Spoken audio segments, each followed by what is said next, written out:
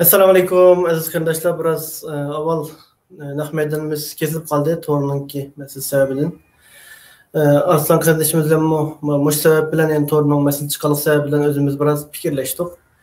Arslan qardoshimiz bilan ikkimizninki ba'zi bir siyosiy masalalar haqida fikrlarimiz sal o'xshamaydi, farqli.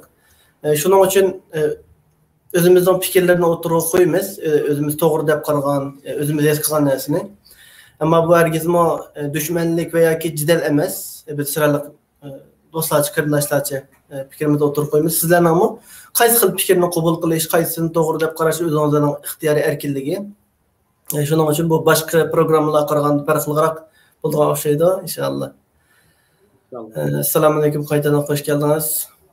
Va alaykum assalom va rahmatullohi va barakatuh. Xush bulduk. Biraz avval siz masalada oldida so'rilgan savollar, fikr qilingan mazmunlardan xabaringiz bo'lmaganligi uchun sal jiddiyleşib qoldingiz. Shu savollarni qaytadan so'rasak, sizlarga shu tashviqot xizmati, siyosiy xizmatlarni qilish jarayonida o'zingiz his qilgan shu Sharqiy Turkiston tashkilotlarininki yaxshiroq xizmat qilyapti deganlaringiz qaysi-qaysilar? Andan keyin bu tashkilotlarninki hozir siz degandek yaxshi qilyaptimi yo yaxshi qilmayaptimi? Qilayotgan yaxshi xizmatlar qaysi, qilinmayotgan xizmatlar qaysi? Bu masalalar haqida bir fikrlashib o'taylik, chunki obiyamda dedik bir qancha qarindoshlarimiz ko'rdi. Biz ba'zi bu tashviqotchi bo'lganligimiz uchun o'zimizni paydo qilib turib, o'zimiz his qilgan to'g'rilarni yetkazish, xatolarni yetkazish, xalqimizningki tushunchisini to'g'riga yetaklash uchun bir sababchi bo'lish uchun mushlarni qilyapmiz. Shuning uchun biraz o'zimizni fidokorlik qilib, boshqalar ayiblasimi, bu narsasimi vaqti turib, boshqa turlarda ayblasimiz, o'zimiz to'g'ri bilganini yetkazib beraylik xalqimizga. Shu tashkilotlar haqida o'zingizning tushunchisini bir o'tirib qo'ysangiz. Rahmat, bu nihoyat yaxshi savollar bo'libdi. Menga nisbatan mening genel bir qonunim bor, u bo'lsa bu mayli tashkilotlar bo'lsin, mayli shaxslar bo'lsin, qilayotgan faoliyatlari, harakatlari Xitoyga qarshi bo'lsa yoki bo'lmasa Uyg'urlarning manfaatiga keladigan bir faoliyat bo'lsa, hammasi yaxshi, hammasi foydali. Birisi yaxshi, birisi yomon deyishni yaxshi ko'rmayman. Va har qanday bir tashkilot yoki bir shaxs uchiq boshqara munofiqlik qilmagan sürece biz shularni qo'llashimiz kerak, rag'batlantirishimiz kerak. Garchi biz ular nima uchun faoliyatni qilib qoldi, nima uchun men qadamda menib qoldik, o'zimiz tushunmay qolsakmi, Xitoyga qaratgan bo'lsa, yaxshi niyat bo'lgan bo'lsa, Alloh rizosi uchun qilgan bo'lsa, Uyg'urning manfaati uchun qilgan bo'lsa, biz tillamay aksincha qo'llab quvvatlashimiz kerak. Ve bu yerda masalan bizda dunyoga to'lgan cho'ng tashkilotlarimiz bor. U cho'ng tashkilotlarimiz bo'lsa, masalan Dunyo Uyg'ur qurulti deymiz, Amerika Birleşmesi deymiz, Uyg'ur inson haqlari projesi deymiz. Bular cho'ng ishlarni qildi, qonunlarni o'tkazdi, Uyg'ur kollegalarni ochqizdi, Birleşmiş Milletler'de BDT'de gap buldu, siyasetçiler bilan, diplomatlar bilan ilişki, munosabat kurdu degandek bu ishlarni qildi. Andan keyin qolgan sho'roq yangi tashkilotlarimiz bor. Ular bo'lsa asosiysi shu tashviqot, andan keyin shu ekranda so'zlash, namoyish o'tkazish degandek shu faoliyatlarga shug'ullandi. Shuningga qaysi yaxshi ketib bordi, qaysi yomon ketib bordi deyamaymiz. Xitoy qaratgan bo'lsalar, ochiq oshkora munofiqlik yo'q bo'lsa, hammasi yaxshi inshaalloh. Menimki bu teşkilatlar meselesinde, ya siz o'zingiz teşkilatlarninki hozir dedingiz farq qilmaydi. Men biladigan ba'zi teşkilatlar bor, mesela Turkiyada va boshqa davlatlarda bor. O'zininki dernekiga yoki o'zining ishxonasiga Xitoyning bayrog'ini esib turib, shunda xizmat qiladigan bunda derneklar bor Turkiyada va boshqa davlatlarda. Bular o'xshash shaklda Uyg'urlarning nomida derneklarni esidi, teşkilatlarni ochidi, xizmat qilyapti. Bizningki shu xalqimizning orasida başka Uyg'urlarning ijtimoiy, siyosiy, iqtisodiy masalalarga yordam qilayotgan tashkilotlarga dushmanchilik qilgandek va yoki shularni ayblagan qadar ularni ayblamaydi. Ya'ni xuddi bir mevali daraxt bilan mevasiz daraxtga o'xshatsak, meva chiqarib turgan daraxtga hammadan shu mevani edish uchun yoki tash etib yoki yamishib yoki to'qmoqli bo'lib deganda qildi, ammo aniga o'xshagan Xitoyning bayrog'ini esib turib Uyg'ur nomida harakat qilgan tashkilotlarga hech kimning kori yo'q. Hatto o'zini har xil nomlarda atab, hatta men bildiğim şu Türkiye'nin özünü padişah deb e'lon qilgan, padişah deb da'vo qilgan Uyg'urlarning tarixdan buyon kelayotgan podshohlarning nevrisiman. Men Uyg'urlarning podshosi deb turib da'vo qilgan odamni ko'rdim, men paranglashdim. Özünü Cumhurbaşkanı deydiganda neçisi var. Degandek har xil, yani hech qanday bir amaliy xizmati yo'q. Mayli da'vo anglitish bo'lsin, ijtimoiy faoliyatlar bo'lsin, siyosiy faoliyatlar bo'lsin, xalqningki boshqa qiyinchiliklarni hal qilishda bo'lsin, hech qanday foydasi yetmaydigan kishilarningki har xil da'vo qilganliklarini ko'rdim. Hamda siz o'zingizning shaxsiy bo'lishi bilan tashkilotlarningki qaysiga bakroq agishish yoki qaysi bakroq cho'ng, qaysiroq yaxshi xizmat qilyapti degan narsaga siz o'zingizning kallasida qaysi shartlarga asosan baho berasiz? Men asosiyatda hem agishayotgan hem xabardor bo'layotgan tashkilotlar bo'lsa, 3-4 bor Dünya Uyg'ur Qurultiyi, Uyg'ur Amerikan Birleşmesi, Campaign for Uyghurs, Uyghur hareketlemdik, Uyghur faaliyet şu roşana başladığımızdan. Ananıkin Uyghur Human Rights Project'i, muşlara asosiyatemen takip kılıqlıq. Bular neymiş için takip kılma desanlar, birincisi Dünya Uyghur Qurulti belli, yani dünyadaki en küçük Uyghur teşkilatı. Asosiyatten BDT'da söz kılıvatkan, dünyanın qoluşuğa ergeşken tunulgan teşkilatımız. Ananıkin kalsa Uyghur Human Rights Project'i Amerika'da, yani hazır Uyghur dünyasının en aldığa söylemeyen Amerika devleti. Asıl etkimeyle kalite avazla kevatırısın. Men taraftan kilovatamda o. Neyse ben devam kılayım. Mesela bu Uyghur Human Rights Project'i olsa, bula şu Amerika'daki mesela Uyghur kanuni, Uyghur emgek'e karşı kanuni degandek bu şu kanunlarını yürgüzüvatırı ve başka devletler mi doğravatırı demek, yani maslaşıvatırı. Yani şunu Uyghur Human Rights Project'i pek mühim. Campaign for Uyghurs şu asosiyatın şu yönleşkin yapatırı. Ve dünya itiraf kılıvatırı bulanı. Mühim olan bu. Hem itiraf kılıvatırı, hem kollavatırı, hem maddi cihetten, hem manevi cihetten kollavatırı tunulgan bir teşkilatlar. Şu an bundan asosiyatten takip kılıqlıq. Asas takip kılıvatkanlarım bu. Ondan sonra şu sizinki fikrinizga qarata men sizga hurmat qilgan asosda o'zimning fikrimni o'tirib qo'yay. Balki qarindoshlarimiz qaysini to'g'ri deb bilsa shu shaklda harakat qilsa bo'ldi. Albatta men siz degan tashkilotlarning faoliyatlarini takip qilyapman, ular haqiqatan yaxshi xizmatlar qilyapti. Ammo mening shaxsiy shu bilatchilik siyosiy faoliyatlarga shug'ullanish, izlanish jarayonida his qilganlarim. Bir tashkilotningki cho'qim başka mesela Tibet deb etdiniz, başka Türkiye'ye karşı mesela mustaqillik deb qo'ygan Kürtler meseleleri bo'lsin, başka teşkilatlarningki qilayotgan xizmatlariga qarata, ya'ni o'sha Uyg'ur meselesini silishtirgan bo'lsak, teşkilatlarning yaxshi xizmat qilyapti, qanday xizmatlar qilyapti, ya qanday ayirimiz teşkilatlarni degan vaqtida şu teşkilatlarningki siz dediniz mesela xalqaro Yevropa e'tirof qildi. Hem Yevropa e'tirof qilishi bilan birga hem şu teşkilatlarningki taraqqiyoti, ularningki kengayishi bilan, kendiki shularningki teşkilat a'zolarininki ko'payishi bilan, ularningki shu xalqningki mayli qanday ijtimoiy xizmatlar bo'lsin, siyosiy panohlik ishlari bo'lsin, bularga yordam qilish bilan, masalan, qaysi bir Sharq Turkistonlikning beshog'irisi masalan qaysi davlatda bo'lsa, kimni izlaydi masalan birinchi bo'lib, va yoki qaysi tashkilot tashviqot jihatdan ayrim bir bo'limlarni qurib va yoki tashviqot bo'limlarini qurib, diniy olimlarni qurib degandek, anandaki ondan başka insani yardım, ondan başka insan hakları degandek har xil kengayish bilan tashkilotlarningki o'ngdan so'ldan o'xshash shaklda harakat qilish. Masalan, bir davlatda yashayotgan bo'lsak, o davlatda shu davlatdan xohlaydigan ma'lum bir siyosiy nishoni bo'ldi, siyosiy yo'nalishi bo'ldi.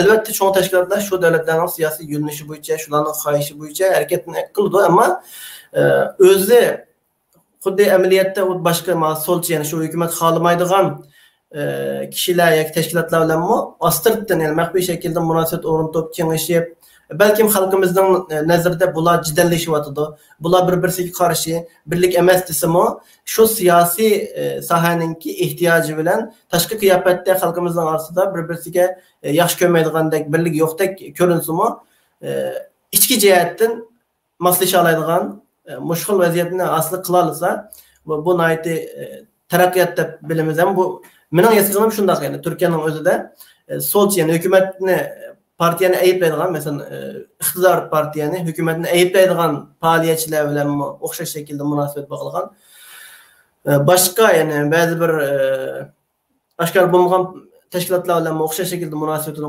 qo'g'day olgan davom o'ngdan so'ldan o'ng qanot so'l qanot bo'lib kengayib ilgarilab taraqqiy qilayotgan boshqalarninki hujumlarga ayblashlariga hech qanday pisat qilmay yana hozir qaraydigan bo'lsak xalqimizning orasiga yushinib kirgan albatta Xitoyga ishlayotgan xuddi da'vo sifatida ko'rinsimi bu ham deb o'tdim Turkiyaning o'zida Xitoy bayrog'ini esib turib ketayotgan tashkilot derneklar bor deb ularni o'z ko'zimizda ko'rdik ana shu kishilarla hamkorlashib ya'ni shulardan maosh olib xizmat qilayotgan kishilar bor u kishilar ammo u yani ba'zi tashkilotlarga qaragan bo'lsak boshqalarninki malomat qilishi ayblashi ularga ta'sir ko'rsatmagan taraqqiyotiga kengayishiga kuchlanishiga ya'ni biz faqat boshqa davlatlarninki e'tirof qilish bilan emas o'zimizningki bir kuchini mayli u qurolli kuch bo'lsin mayli iqtisodiy jihatdagi kuchli bir nima bo'lsin odam jihatdagi kuch bo'lsin har jihatdan kuchlangan vaqtimizda kuchlanganini ko'rgan vaqtimizda bu tashkilotlarninki yaxshi tashkilot ekanligini va yoki vatanimizga esqatilgan tashkilot ekanligidan mana shaklda mening eskig'inim bu sizning boshqa yana shu masalalar haqida qo'shib qo'ydiganingiz bo'lsa so'zlang bo'lmasa men boshqa sizning fikringizni olgan boshqa savollarni so'rayman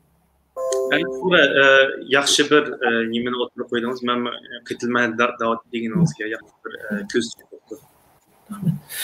endi yana Sharqiy Turkiston tashkilotlariga qaragan bo'lsak nurg'unlagan hukumatlarni ko'ryapmiz hukumat amaliyotda endi siz buni tushuntirib o'tding hukumatga ham qanday bo'lish kerak qanday vaqt qurildi bularninki shartlari nima yoki 3 odam 3 odam birga kelib hukumat desa hukumat bo'lib qolamdi yoki jumurboshqon bo'lib qolamdi bu masalalarni siz inchiklab bir ochiqlab biring xalqimizga o'zingizning tushunchasi bo'yicha hukumatlar partiyalar siyosiy tashkilotlar yoki majlislar boshqa nurg'unlagan atoqda bu ham deb o'tdim o'zini podshoh deb atganlar bor yana bir deb atganlar bor mushu masalalar haqida siz qanday qaraysiz biri biz shuni men mana deyishdan burun men hech qanday bu javobimda har qanday bir hukumatni yoki partiyani ayblash ma'nosida men faqat men ko'rayotgan narsamni o'tirib qo'yapman biz shuni bir qabul qilishimiz kerak hozirgi hukumatlar yo bo'lmasa partiyalar asli o'zining davlatlaridagi bir ommaviy tashkilot bular ommaviy tashkilotlar lekin ism jihatdan palonchi partiya palonchi hukumat deb qo'yilib olgan ommaviy tashkilot deganda bir 2-3 minut ommaviy tashkilot qurib olib ya'ni asosiyatni nima deymiz inglizcha non profit organization deymiz ya'ni hisob qozonmaydigan bir tashkilot masalan hozir ikkimiz bir tashkilot ochsak bo'ldi masalan atıyorum kebaplar derneği masalan lekin biz kebaplar derneği qo'ymay biz shu Sharqiy Turkiston surgun hukumi yoki Uyg'uriston surgun hukumi qo'yib olib birimiz Cumhurbaşkanı birimiz yani bir ommaviy tashkilot ichish qulay ve onun ismini o'zimiz belgilaymiz bo'ldi devlet bo'ldi asosiyatdan bu partiyalar bu hukumatda mushtaq shaklda ichilyotdi buni ma'qul deyli bu da sıkıntı yo'q bo'pti deyli endi biz Uyg'ur bo'lgandan keyin va boshqa besilib olgan topraklar bor masalan Tibet biz Tibetlarda örnek ilişimiz kerak mesela Tibetning surgun hukumati bor Tibet surgun hukumati bir demokrasi bir surgun hukumati peki bizning surgun hukumatlar yoki bo'lmasa partiyalar ular demokratik bir şekilde demokratikmi emas ya'ni bir necha shaxs o'zaro saylanib chiqqan bir hukumatlar bular asosiyatdan bularni partiya desak bo'ldi har bir surgun hukumatini bir partiya desak bo'ldi chunki bu surgun hukumatlarning ichida başka partiya yo'q ichida masalan hozir siz internet kirib Tibet surgun hukumatda bassangiz shu xuddi Türkiye'de saylan bo'lgan chog'da AK Parti manch qo'ltiq qozondi CHP manch qo'ltiqlar ko'rsatadi ama ekranda qizil ko'k seriq HDP bunda qozondi deb shunga o'xshash Tibetning shu Tibet qarasangiz 2-3 partiya birlashib bir hukumat bo'ldi ama bizning surgun hukumatlar hepsi tek parti hukumatlar xuddi Türkiye qana qurilgan chog'da Cumhuriyet partisi o'xshash mesela tek parti. O partinin lideri Mustafa Kemal mesela. Keyin Adnan Menderes keldi, o kazandı. Keyin Asli degandek. Şu dastlabda Adnan Menderes'in partisi nima uchun qurildi? Çünkü Türkiye bir demokratik ülke buluş gerek. Şu ikinci parti buluş gerek u yerda. Bomsa dünya seni demokratik demeydi. Bazı bu demokratik diye söz pek mühim. Çünkü Uygurlar biz birden bir hukuk g'arbda tashviq qilayotgan narsa, biz demokrat bir devlet kuramayız. Ancak o şekilde yürgüzelaydı. Mesela hazırki Türkiye devletler atalmış en azından sim cihetten bula demokratik. Mesela Kazakistan, Özbekistan partiyaları var, liderleri var, saylan var degan saylan buldu o devletlerde. Şuna en azından atalmış bula demokratik devlet. Lekin biz bunu dünyaya köktenmedik. Bizim demokratik boğunumuzni köktenmedik, ispatlayamadık. Şuna bizden hazır hiç kandak partiyani ya olmasa hükümetlerini itiraf kılgını yok. Benim tavsiyem olsa şu sürgünde hükümetler sırlarını özgertipçe mesela Şarkı Türkistan Partisi, Uyguristan Partisi, yana bizim partisi, Cumhuriyetçiler Partisi, Demokratik Partisi de sınırını özgertip qancha hükümet bo'lgan bo'lsa bir yerga kelib andan keyin biz saylan bo'lish kerak. Mening tavsiyam endi abay degandek yomon qo'llanglar davatdan yerim yo'q bu yerda. Xohlasanglar qo'llanglar. Agar Xitoyga qarshi ish qilgan bo'lsalar, mening ko'z qarashim bu haqda. Yani şu partiye, hükümet atlayotganlar hammasi partiya shakliga kelib, bir arığa kelib, arasida bir saylan qilib, iqtidor partiya yine şu hakim hükümet şekilde bo'lsa, qolganlari aslida şu chiqqan ovozga qarata harakat qilsa demoqchi bu. Xuddi Turkiyada bir saylan bo'lishdan burun, hatta bular necha yilda bir yilg'o Turkiyadagi Cumhurbaşkanı saylami bo'lsin, bular partiyalar ara, mesela AK Parti'nin ichida bir genel başkan, Gelecek Partisi'nin içinde bir saylan bulup kim seçildi? Ahmet Davutoğlu mesela. Bular özünün partisinin içinde tallanıp çıkan, bular partinin başları buldu. Bir araya geldi, şu an bu Türkiye hükümeti buldu diyendek.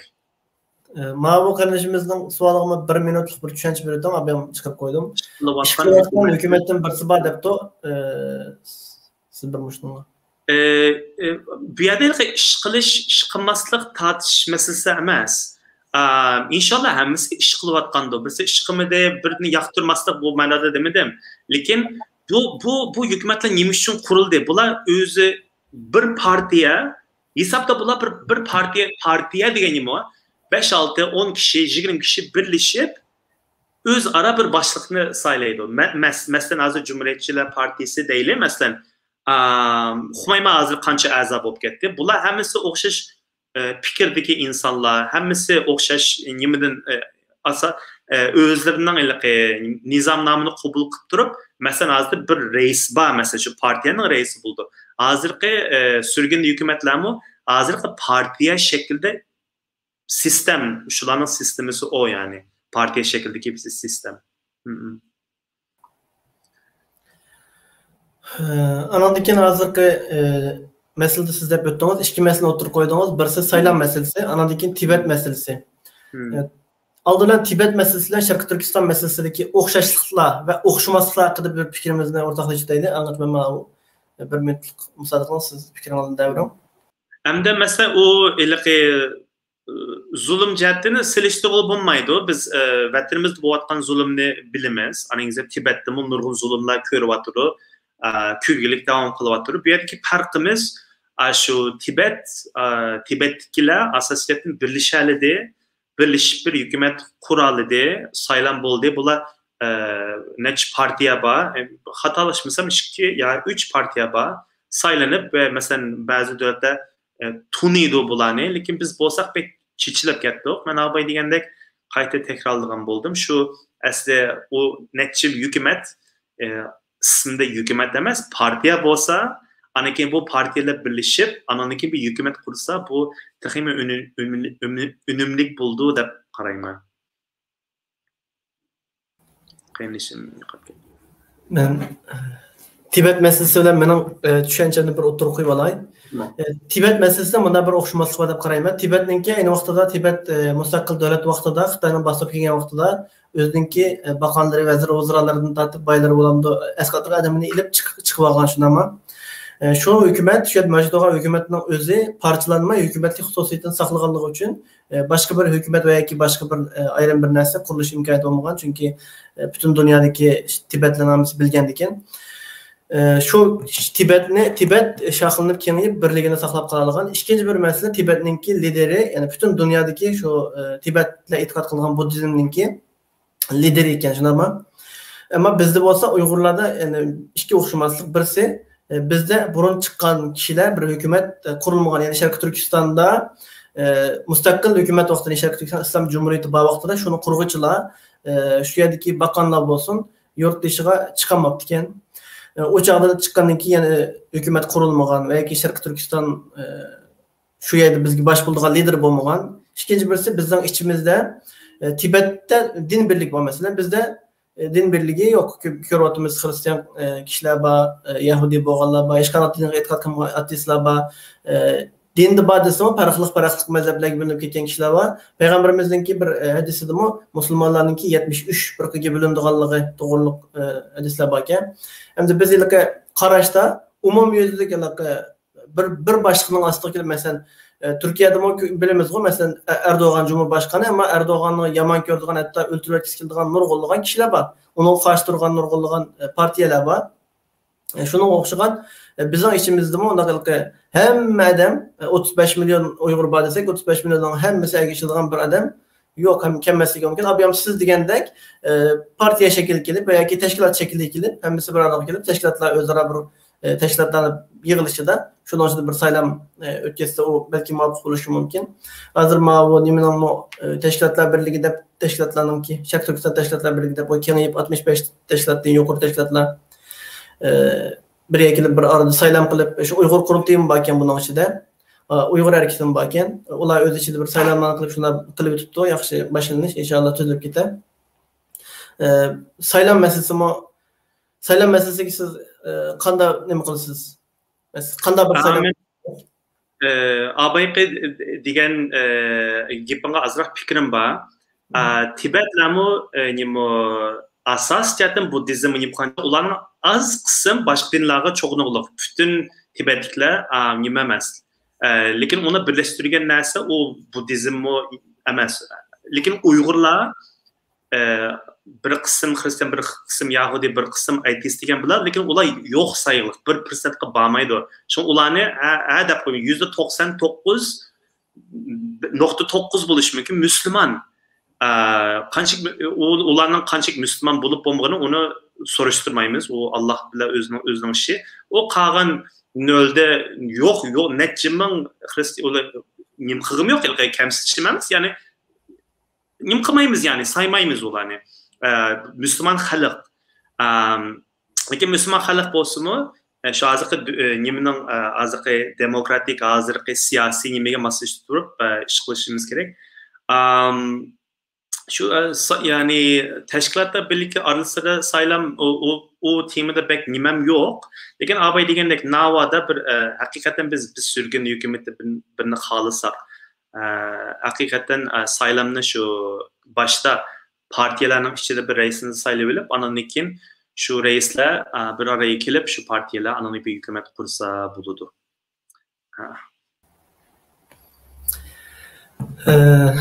Anadaki yeni bir meselemiz kalgan.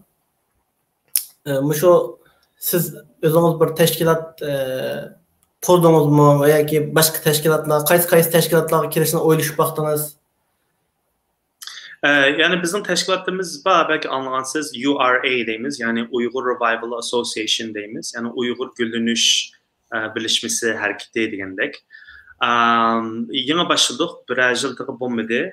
Bizim bişimiz yani prezident degen çağda, dastlabda bu ilaqi nimani qurgan çağda Abay degen Amavi, biz bir Amavi teşkilat ve Amavi teşkilatlarda şu prezident buldu, baş katip buldu degandek. Lekin u yerdagi prezident Cumhurbaşkanı manasida emas. Ve biz dastlab qurgan çağda o İslami hukumat qurib oldinglarmi deb xatoshga, bu yerdagi prezident bizning beshimiz bo'lgan Abdug'ani Sabit qarindishimiz. O ya'ni shu tashkilotimizning beshi ve Uyghur Gülüş Hareketi abay degandek bizning Talk East Turkiston kanalimiz orqali Uyghur tashviqotini qilamiz. Yendeymiz, ziyorat qilamiz.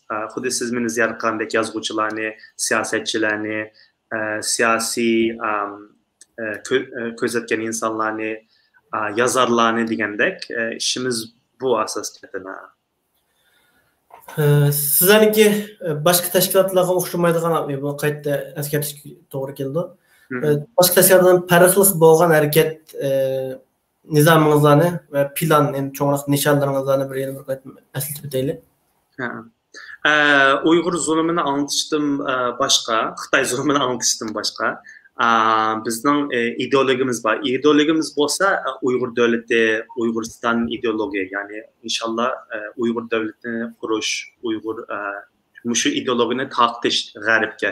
Biz normalda bu anonimimiz emas, lekin bizning ostimizda bor. Masalan, bizning Twitter hisobiga kirsangizmi va bizning Tor web saytimizga kirsangizmi, garchi tamamen to'liq bo'lmaydi, lekin masalan Uyg'ur Sharq Turkiston yeriga Uyg'uristonni ishlatamiz.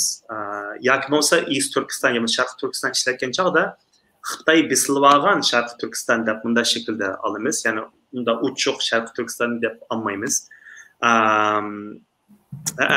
Bizning asos farqimiz bu. Unda bo'lsa sizlarning shu Uyg'uriston nima partiyasi bor deymi? Partiyasi yana bir Uyg'uriston deb shular nimishga barabar hareket qilmaysizlar yoki qo'shilmaysizlar? Men muhmedim. Yani unda bir fursat chiqmadi. Chiqib qolar inshaalloh. Belki birlikte hareket qilamiz, lekin uning nimaga kammidik. Yani qanday desam bo'ldi? O bosqichga uning kammidik. O'ylashmadik. Ya hiç aklımız kelmedi. Belki bunun için kullanırız. Aslında bu teşkilatni qurgandan keyin qurishdan burun cho'qim o'ylash kerak bu masalani muzokara qilinish kerak aslida. Afsus. Endi bir sizlar biz hammamiz yana ko'pincha qarindoshlarimiz tashkilot derneklar bo'lsin, hammasi Sharq Turkiston asosig'ini ishlatadi va 1933 va 44-yil qurilgan atlimiz qurgan shu Sharq Turkiston Cumhuriyetining qaytadan asliga ekilishini, mustaqillik erishish uchun harakat qilyapti. Sizlar bunga qarshi farqli bir atalg'i bilan chiqibsizlar. Bu sizlar Sharq Turkiston davlatininki qaytadan shu asli kelishiga qarshimi yoki boshqa bir shaklda harakat qilmoqchimi? Yo'q, biz faqat dedikki, ya'ni hozirgi dünyanın siyasi yöneliş ve biz qolgan Türkiye qarindoshlarimizdek, mayli Qozoq, O'zbek, Qirg'iz bo'lsin, o'z oldiga davlat qurib oldi. Bizmi o'z oldimizga Uyg'ur davlati qurishimiz kerak deb o'yladik. Sharq Turkiston davlati Uyg'urlarning davlati bu albatta. Ya'ni Uyg'urlarning davlati bo'lish uchun illa Uyg'uriston bo'lishi kerakmi? Bunda bu Türkistan bu yaxshi bir savol bo'ldi. Mesela Türkistan bu kelimenin o'zida nurg'un İngilizce baggage deymiz. Nurg'un ağırlıklar barchu. Bunu mesela Türk ağırlık devleti, İslam devleti degandek bunu ağırlık birimiz. Mesela bugün günlükte bunun zihni mesela bugün Türkiye devleti çıkmadı.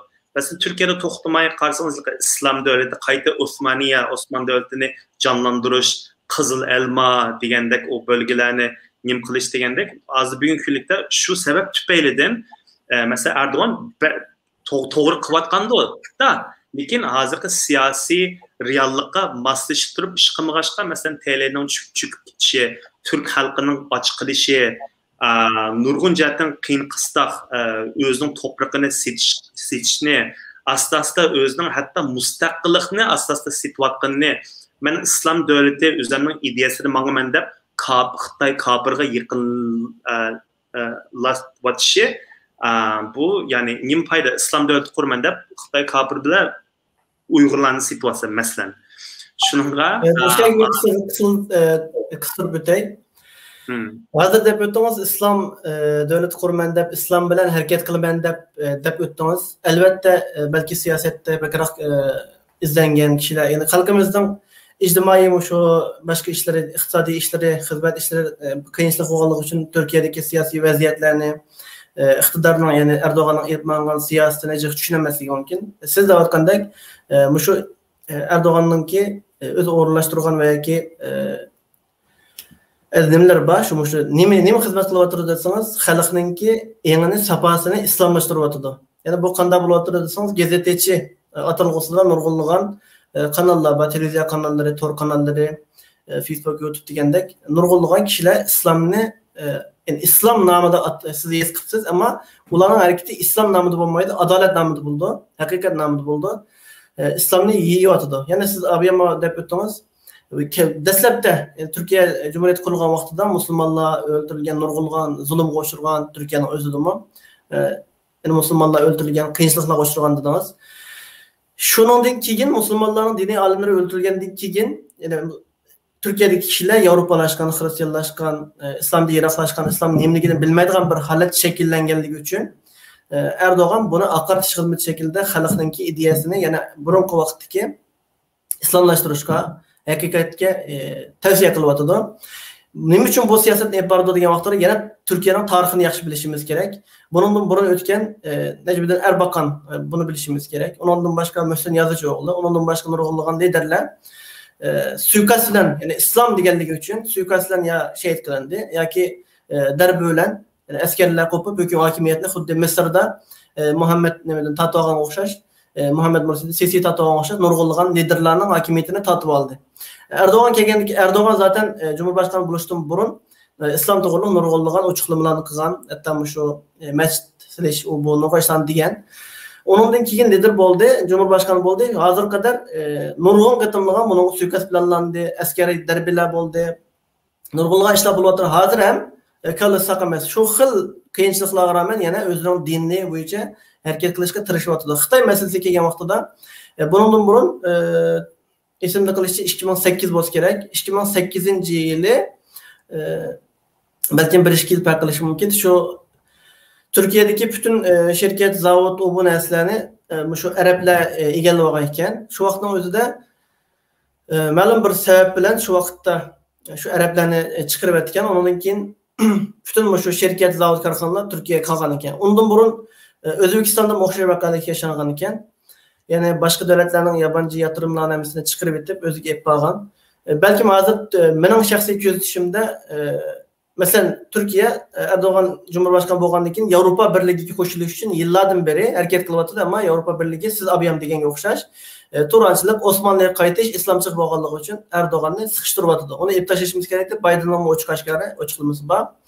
Shunchalik qiyinchilik, ya'ni illa bir davlatning mustaqil bo'lishi uchun atrofdagi ittifoqdoshlar bo'lishi kerak. Majburiy Xitoyga biroz yantayoq bo'lyapti, ammo boshqa davlatlarga qaragan bo'lsak, O'rta Osiyoda Qozog'iston, Qirg'iziston, Tojikiston, Pakistan, bu qaragan bo'lsak, Xitoyningki bir avtonomiyasiga aylanib qolgandek bir holatda turib qilyapti. Ammo Turkiyaga qarasak, yana necha minglagan, necha 10 minglagan Uyg'urlarga panoh berib, ma'lum bir shaklda turishga tirishyapti. Ham siz degandek Osmonli da'vosi bo'lganligi uchun Uyg'urlarga ochiqashga xiyonat qilish nimasi bo'lmaydi deb qarayman, chunki bu tarixiy bir nim bo'ldi.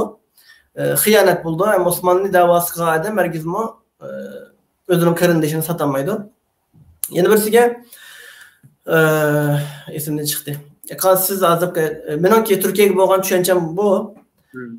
Ammo kelgusida masalan Amerika va yoki Yevropa allarining Xitoy bilan ma'lum bir anglashib qilish mumkinchiligi az bo'lsa-mu bor, balki hozircha ko'rinmayotdi. Agar Xitoy va yoki bu men san nima desam shuni qilaydi deb burunqiga o'xshash yili ishiltib qilsa, balki anglashib qilishi mumkin, ammo Yevropa anglashgan taqdirda ham Turkiya o'zininki ma'vu turishini buzmaydi deb shunda tushundim, men o'zimning tushunchasi bo'yicha. Ammo inshaalloh unda anglashib ketmas. Ammo amaliy jihatlarda bir harakat bo'lib qolsa, ya'ni Xitoyga qarshi siz ko'p vaqtlarda deysiz, qurolli harakat bo'lish kerak deb. Agar qurolli harakat bo'lib qolsa, biz faqat Uyg'urlar, masalan, 40 ming Uyg'ur bu bo'lmasligi bo'lmaymiz aniqlam. O chog'da bizning atrofimizdagi masalan deymiz Qozog'iston hukumati, Tojikiston bu hukumat, ya'ni az bir qism hukumatlar. Ya'ni o davlatlarningki nopasining onda birini mi teşkil tapmaydigan kişilerinki, yani iktidara qo'l tutgan kişilerinki Xitoyga setilishi bilan bütün xalqni, bütün musulmonlarni qaralash bu xato bo'ldi. Bizga cho'qim shu yerdagi yerlik musulmonlar, atrofimizdagi musulmonlar bo'libmi Turkiya, Pokistonning yerlik xalqi, Qozoq qarindoshlarimiz, O'zbek qarindoshlarimiz hammasiniki hamdamda bo'ldiganligi men ishonaman. İnşallah. İnşallah. Qanday siz so'zingizni o'tirdilam kesib tushanchamni nima qo'yatdim? Şu abay degende ilk mesela devlet qurish deymizda masalan bizga nisbatan mesela örnek alalısak şu Bosna mesela Müslüman devleti asli. Lekin Bosniyani qutuluş uchun asosiyatdan mujahidlar kuch chiqargan. Hatta men shu mujahidlar bilan shu To'qqiz Turkiston ikramimizni da'vat qilgan. Va shular nima qilgandan keyin futib bo'lgandan keyin berib islom davlati qurmadi. Qurolni tashlab, hatto nima g'oya ekanligini bilgan edi. Zaten jihad qilayotgan chog'da sonunda zaten bu bir demokratik bir devletke aylanıp kalışını bilet dedi. Çünkü bugün günlükte Bosna'daki devlet, bugün günlükte bir demokratik devlet, üyede bütün dinler rahat yaşavatır özünün işini kılvatır. Abiyam ki gapni çalsa unutup kaptı. Hazır Erdoğan'ınki siyasi qarsak, Suriyaga askar va nima evatdi? Ozarbayjonda, Qorabog'da Ermenilarga bo'lgan urush aeroplanlari, askar qurollar evatdi. Yamanga evatyapti, Arakonga evatdi, nurg'ilgan yana taqt yetgan yerlarga evatyapti. Inshaalloh vatan Sharq Turkistondagi bo'lgan nimadimi cho'qim evatishiga ishonaman. Hozir siz yana bir masalani hozir yilqi bütün banasini hammani davet etib saqnimdisi desin deb demokratiya ve İslam meselesine oturup taşınmaz. Bunu mu yani özümüzden düşüncesi bu için devreyli. Siz ondaqda aviyam dep ötdünüz, mücahitler İslam bilen yaşaş için ağan yani keyin İslam devleti kımmedi dep ötdünüz. Mesela hatta şu çağda mı şu erki mücahitler telefon qilgandi. Mesela qana bo'ldi çünkü bularning quliga g'animat tushdi, andan keyin bularning quliga ayollar tushdi qarshi tarafningchi. Ma ayollar bilan qanday qilamiz? Biz bilan qul qilib ishlasak bo'lamdi oyat bo'yicha debchi. Shuningga u chog'da Arabiston telefon qilib, eng chong shayx u chog'da Shayx al-Albani bu yo'q, biz ularni qul qilib ishlatamaysa, bu hozirgi siyosiy nimaga moslashmaydi deb unutmagan. Oyat bormi? Bor. Lekin oyatda Arabistonda fatvo pichog'im bo'yicha shu yerdagi siyosiy nimani qarab turib ve u yerdagi jihadni Yevropa mı qo'llagan? Şu zulüm to'xtatish uchun. Shunga u yerdagi siyosiy dengeni qilish uchun mustamang'an Müslümanlar hem Yevropaning ittifoqi. Çünkü qarasangiz Angliyaning fuqarosi chiqsatgan Bosna. U yerdan cho'ng bir dünya so'qishga aylanib qolmas, Yevropa ichida bir nima aylanib qolmas uchun shu shaklda hal qildi. Chiroyli hal qildi yani hozirgacha va hammadan mening bilishimcha yaxshi hör bir şekilde yaşayavatır. Yani demek ki bu arada bazı devletler özlerini mesela ben bu hazır bir özünü İslam devleti atalgan bir devlette yaşayavatır. Bahreyn. Biz şeriat boyunca iş kılımız lekin ameliyat qarsanız onda bir nimi yok. Ama neyse Türkiye'deki okşaş. Şunun bilen bunun demek ki bu arada biz Uygurlar dünyada nim kıldığan sistem yani biz bir davet qilamiz, yani biz qonun davlati bo'lamiz, demokratik bo'lamiz degandek ve bizning davlatimizda qanday shaklda ibodat qilamsa qilmamsa, namoz qilamsa qilmamsa, soqol qo'yamsa qo'ymamsa degandek mushuni xuddi Turkiya qanday bo'lsa bizni shunday bo'lishimiz kerak. Yani Türkiye layık demokratik bir ülke, İslam devleti emas. Bizmi shuni yani xuddi O'rta Osiyodagi bir Türkiye bo'lamiz desek bo'ldi.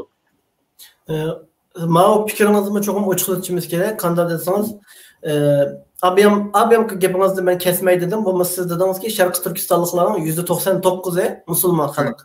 Tamam.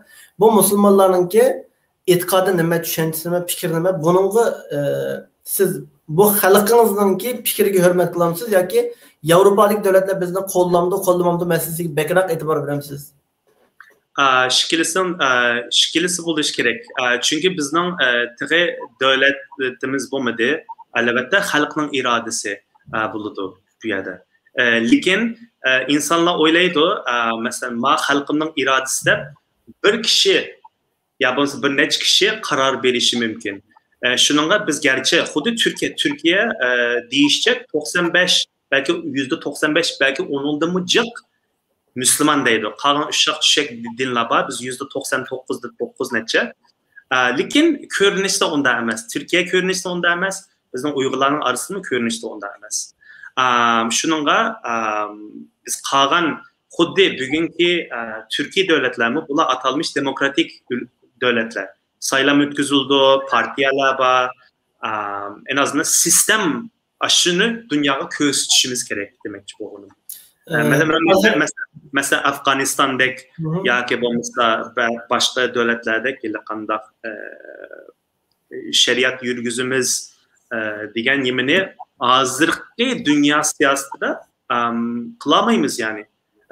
Ve bu buna ağızda deyiş başka, kömürden saklap, mücadele kılış, bunun için küreş kılış, bunun için vazgeçmezlik başka neyse.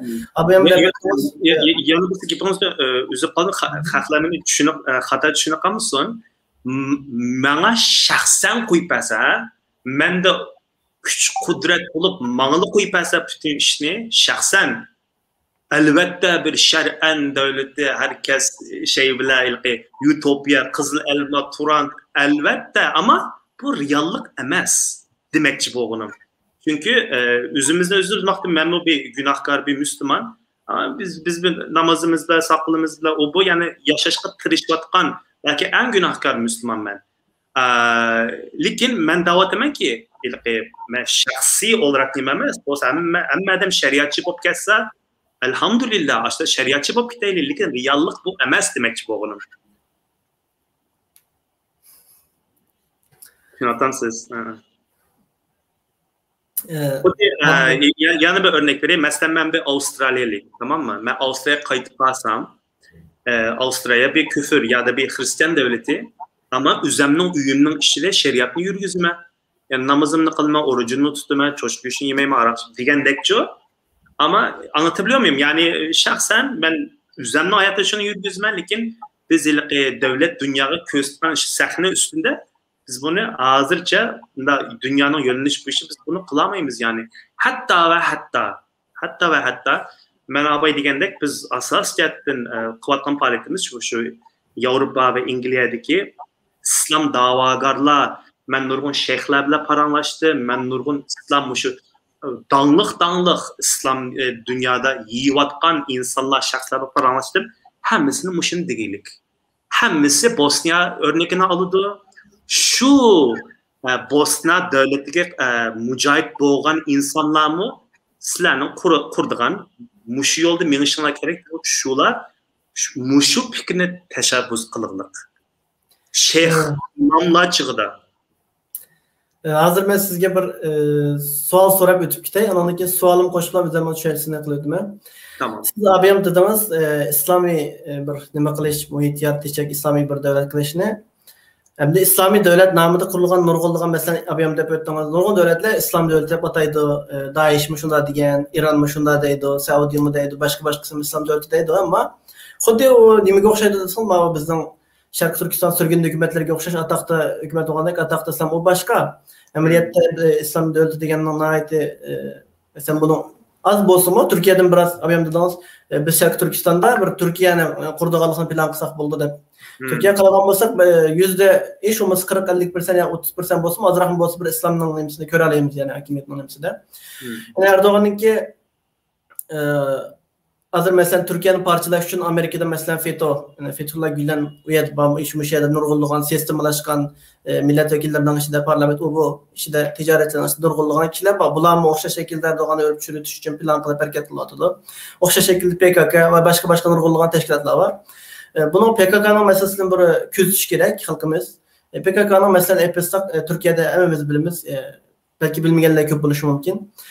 İzden geldi bildi. PKK'nınki HDP deyilgen Karaş'ta hiç kanda bir münasebeti yok.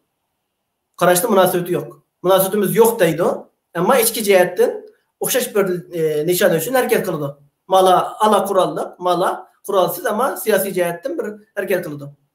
Onun nurgulluğun nemleri bu müşahede nurgulluğun kanunluk şirketleri var, astıptan nemi kıldıgan o bu ticaretin adamları var, o adamları var, bu adamları var.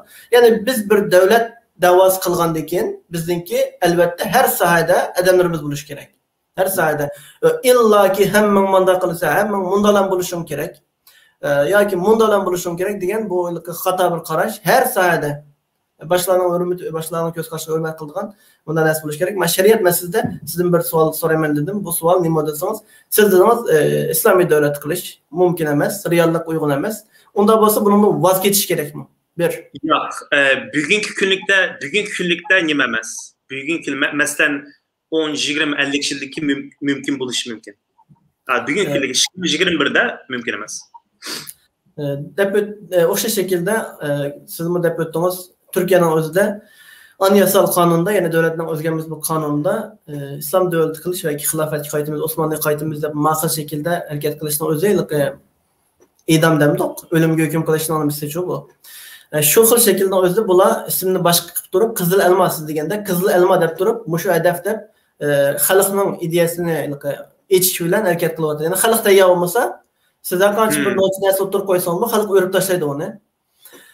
Mesela örnek versek buldu. Bildiğiniz üzere mesela Mısır, Mursi mesela. İslam devlet kuruşu yolmandı. Köygen akıbeti o. Libya, Gaddafi, Muşu. Diyerek bunun da yani hatta devlet kurulup mesela Mursi uzun zamandan beri Kur'an testi çıkan bir Müslüman lider yani. O bazı nimeler pek tiz bir sebetti. Mesela Erdoğan mı? Mesela Nait'te yanıla mesela hazır bir bolsa şu Erdoğan'ın azı kılıvatkan fikirleri belki 10-20 yıldan keyin naq düşətdi dep oylayman. Bazı az baldır desilip xalq nait çoğ nimeni ziyin tatwatyr dep qarayman. Emdeylik özümüzün etiqadi, özümüzün nimesi üçün. Yani Uygurlardan oxşaş şekilde 4-5 prensip var, bunu siz mi bilirsiniz? Birincisi biz dinimizden vaz geçemeyimiz. İslam dinimizden Uygurlar vaz geçemeydi. Xitayla birden bir düşmanımız bundan mı vaz geçemeyimiz. Onunkin yani Şarkı Türkistan'ın ismi o bu. Şuna dersin vaz geçemeydiğin nimimiz var, prensiplerimiz. Oxşaş şekilde Erdoğan'ın o İslam'ın o yaki Türkiye'nin oxşaş prensipler buldu. Hazır Erdoğan'ın siyasiga siz dediniz iqtisad qiyinchilik bulup aşkarganda biz kömüdük. Belki özünün şu özgermez prensip üçün, İslam üçün belki dollar pida qıvatken buluş mümkün pulsunu. Başka. Yani bir siyaset nima desek, hazır benim şahsi göz karşımda bunun koşulmazlık sizlerden görülmeyen kardeşlerimizden ihtiyarlığı geç. Erdoğan oturduğunu saklawatıdı dep düşünüm hemen. Yani bir tarafta Avrupa zaten Uygur meselesi bolsun Xitay bilen illaki düşmanlaşışı şart. Yani dünyaya hoş buluş gayesi var. Xitay'ın moç kaşkar bolup ketdi hazır bulunmak bir olsa. Zaten dünyanın Amerika men başkuratı dep nimler bas sistema dolar o bu falan. Şunun için Türkiye Erdoğan özünün siyasi bir oturluk saklap durmadı da qaysi taraf kazansa mesela Xitay'nınki makul şekilde davamlaşı mağlup bolduğanlığı ine xo'p qaldı. Eğer Xitay mağlup olsa Xitay'nınki mayadını setip algan kövrük, banka o bu bunu götürüp yollarını sevatıdı hatta boğaz yasayman devatıdı. Bu narsani götürüp kitemeydi pulunu qaytırıp edip. İlla ki bunun yana kaldığına Türkiye'ye kaldı.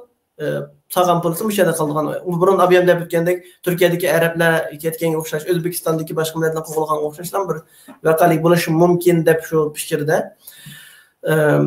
Xitoyniki yani bir şekilde yok buluşu yoki eng bo'lmaganda bu demokratlashish ve yoki boshqa bo'lishi muqimlashdi deb qaraymiz. Benim Türkiye'ye bo'lgan ko'z qarashim shu. Demokratiya İslam meselesida abiyamsiz deganga o'xshash biz cho'qim bundan vaz kechmaymiz. Hiçbir şekilde vaz geçemeyimiz. Ama şu şekilde yani abiyamsiz deganga o'xshash sözde başka bulup yani böyle demokratiya bulamdı. Hazır o zaten onu biz paranlaştırgan, nim kılgan mesele emas. Birden bir nişanımız halkımızda kutquluş, vatanımızdaki halkımız ortalarımızı vatanımızda kutquluş. Şu ağa vaxtımızda vatanın 20 ya Ürümçi'de kaçkan ağa vaxtımızda antikin kanda devlet kuruşu o bu. Aşağıda meselesi gibi. En doğrusu şu. Elbette biz nima uchun agapda qoldik çünkü nurg'un insonlar merak etuvchi yani sizlarning Uyg'urlarning albatta biz nimdaymiz İngilizce hypothetical deydi hozir qurilmagan davlatning gapini qilyapmiz lekin fikringizni oldik-a bo'pmaylik suhbatlarda naq meydan röportaj so'raydigan, ya'ni sizlar qanday maqsadinglar bor degan chog'da biz inshaalloh biz bu boshqa dunyodagidek shu BDTga loyiq shu demokratik davlat o'zgur hech kimni zo'rlamaslik yashashni xohlaymiz desak shularni qo'lqiga qo'shaqig'idek gapni qilamizda albatta men ma'ni da'vataman biz chiqib biz hozirgi dunyo BDTning o'rtasiga kirib inalhamdulillah deb bir xutbani o'qib etib davlat bunda ya'ni keşke yani ben şahsen ben hiç kimde şunu xohlayman lekin bizim siyaset oynashimiz kerak deyapman yani. Bu siz so'ragan savolda bir necha kishilardan so'ragan hozir zaten Uyg'urlarning tashkilotlaridan ichida hech qaysi uch-qashqari unda nima qilgan ishi yo'q. Hatto qurolliq nimalarmi harakat qilayotganlarmi shu o'xshash shaklda unda bir nima qizig'i yo'q. Taliban nepasdan Taliban o'xshash shaklda biz unda qilamiz, bunda qilamiz degan narsa yo'q. Xalqimiz nimani xohlasa shu deb shu degilik bayon etishdi. Men ancha-muncha ko'rgashga men bu gapni da'vataman. Yozmalarida, so'zlarda ancha-muncha ko'rib qolg'ashda bu gapni qilyapman. Bizning Uyg'ur cho'ng tashkilot rahbarlaridan bir qancha kishidan bu savol so'ralgan vaqtida o'xshash shaklda biz unda davlat quramiz, bunda davlat quramiz emas, xalqimiz nimani xohlasa, shu xil davlat quramiz, avval vatanimizda olgan chog'da bir gap bo'ldi deb shunday javob beraylik. Shu biz illaki hamma narsani eg'zimizda deb ichimizda o'ylaganning hammasini davetishning o'zi bir mantiqiy boshqa bir narsaga uyg'un emas, dinimizga uyg'un emas. Ammo bunda gapni o'zatdim bu bir muhim bir tema-chu. Chunki bu narsa Xitoyning tashviqotida tegiklik. Ma o'zlari deydi ya Xinjiang. Ma Xinjiang Uyg'urlarning quliga tushib qolsa Afganistondek, andaqdek, mundaqdek islom shar'iy, munda o'rnak mushta ko'rib, mushta davlat qurdi deb Xitoyning tashviqotida bor. Shu bizmi uni qarshi bir javob berishimiz kerak.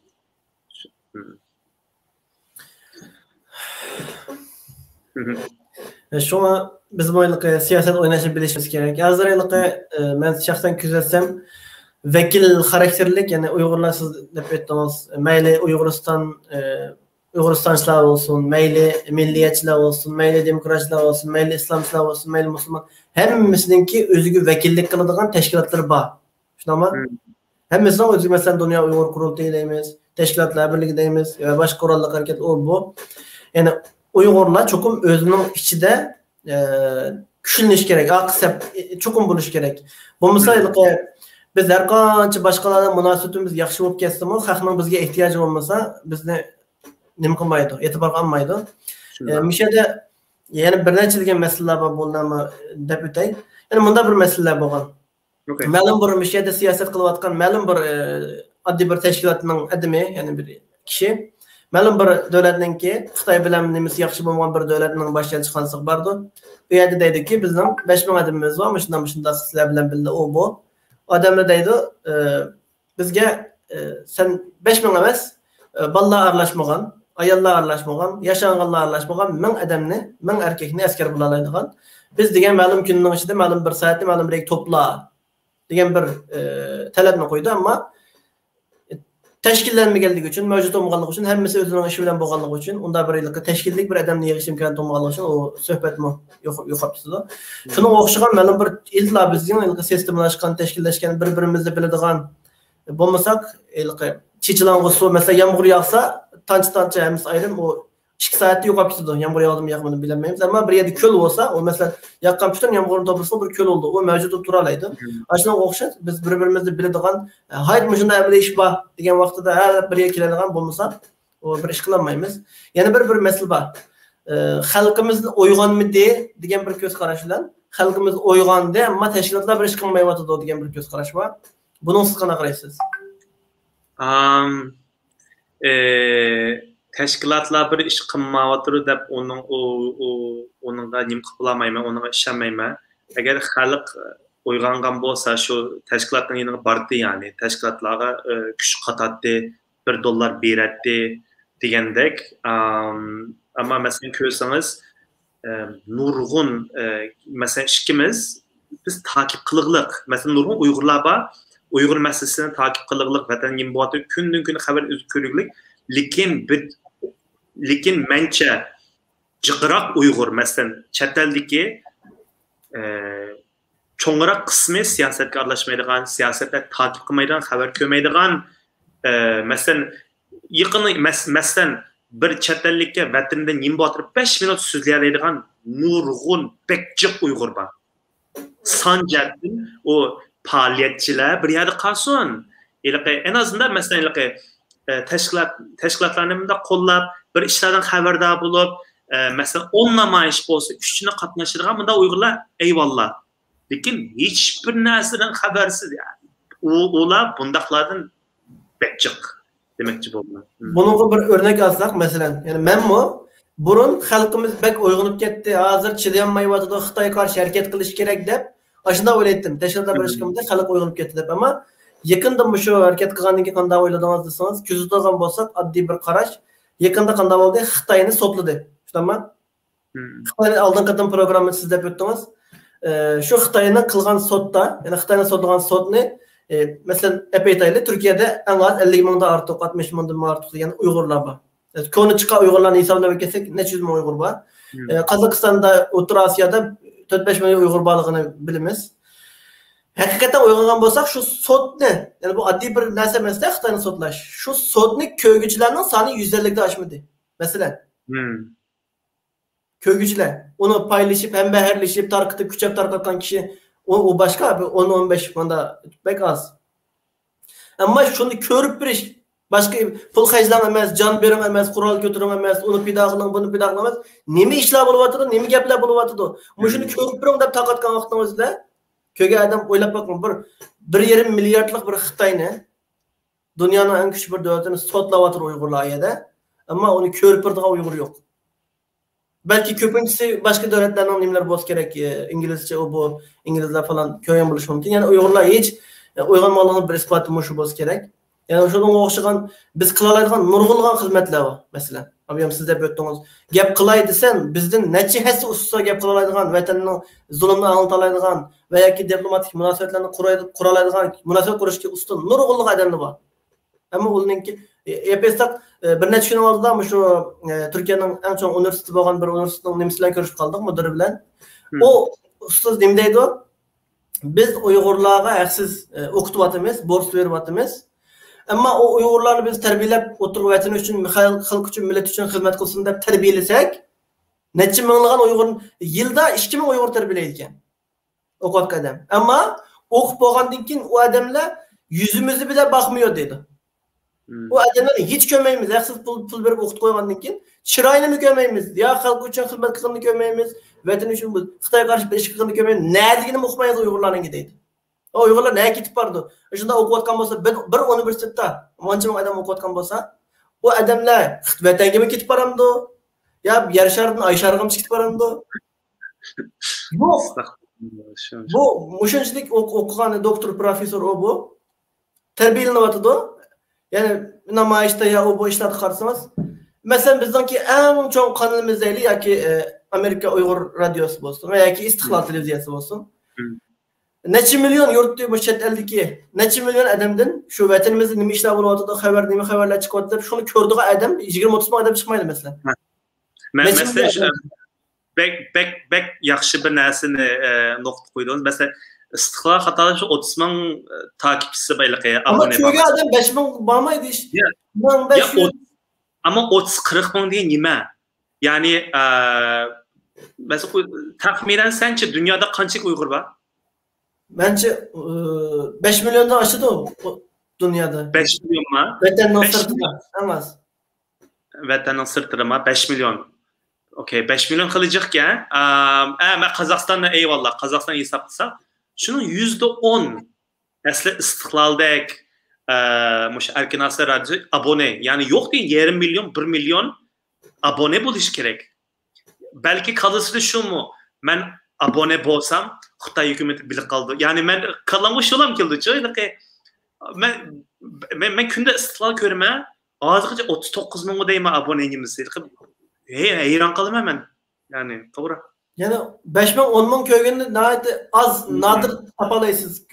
Haberlerini köymeydi. Vatanda nima iş buluvatıdı. Avrupa'da vatanımızda olan nima işler buluvatıdı. Xitay'ın vaziyeti nima dep şuna kızıkıp köyge adamның sani 5000 mana barmaydı. Elbette oyluqi abonesi var 30 mingdan ortiq, ammo ko'rmaydi o'sha xabarlarni. Ko'rgan odam yo'q. Ya'ni bu xil vaziyatda u xalq qanday uyg'ondi, qanday biz vatanni oldiganga tayyor, hatto qanday urush qilganga tayyor degandek nurg'un masalalarni o'ylanishga tegishlikchi. Biz qila oladigan nurg'un ishlar bor. Masalan, uyda o'tirib elbette bizning ijtimoiy hayotimiz bor, iqtisodiy ishlarimiz bor, bu, ammo uyda o'tirib kunda yarım saat ya haftada 3 gün bo'lsa 1 soat vaqtimizni qo'ysak, nurg'un narsani chiqarib o'taymiz. Eng oddiysi ba'zi bir yaxshi vatanimiz uchun chiqqan ba'zi bir xabarlarga masalan xo'p berish bo'lsin, taqib qo'yish bo'lsin, bu bir turk uchur qildi. Men faqat Uyg'urlar to'g'riliq xabar ishlab chiqarman. Meni qo'llaydigan, paylaşib embarlaydigan bunday kishilar faqat o'zimizning turklari. Bunday qo'ygan kishilar qarayman, Uyg'ur topolmayman. Nima uchun biz sizlar uchun mujohidlik qilyapmiz, sizlar uchun kurash qilyapmiz. Bizning mushunda ish qilganga bizga ba'zi jazolar, suiqasdlar, tahdidlar bo'ladi. Ammo nima uchun bizni sizlar qo'llamaysizlar? deb bunday gaplar bor shu. Masalan, Uyg'ur shu turk muxbirlar, bu gazetachilar. Shu nurg'un masalalarda o'ylanishga tegishlik ishlar bor. Chunki biz siz degandek albatta tartiblanish, tashkillanish bu ishlarga ahamiyat berish. Uni muqimman, buni muqimman. Ammo yani nima deb ifodalash kerak? Men nima qilib bo'lamadim. Qaqshimon bo'ldi. Qaqshash emas, ammo ishimizdagi banasini men yani jiq vaqtlarda o'zimni tutib olaman. Nima ish qilsangiz ba'zi odamlar chiqadi, yana boshqa tek aniq bo'lmagan yoki boshqa har xil odamlar borda biz bularni ismini nima qilib bu.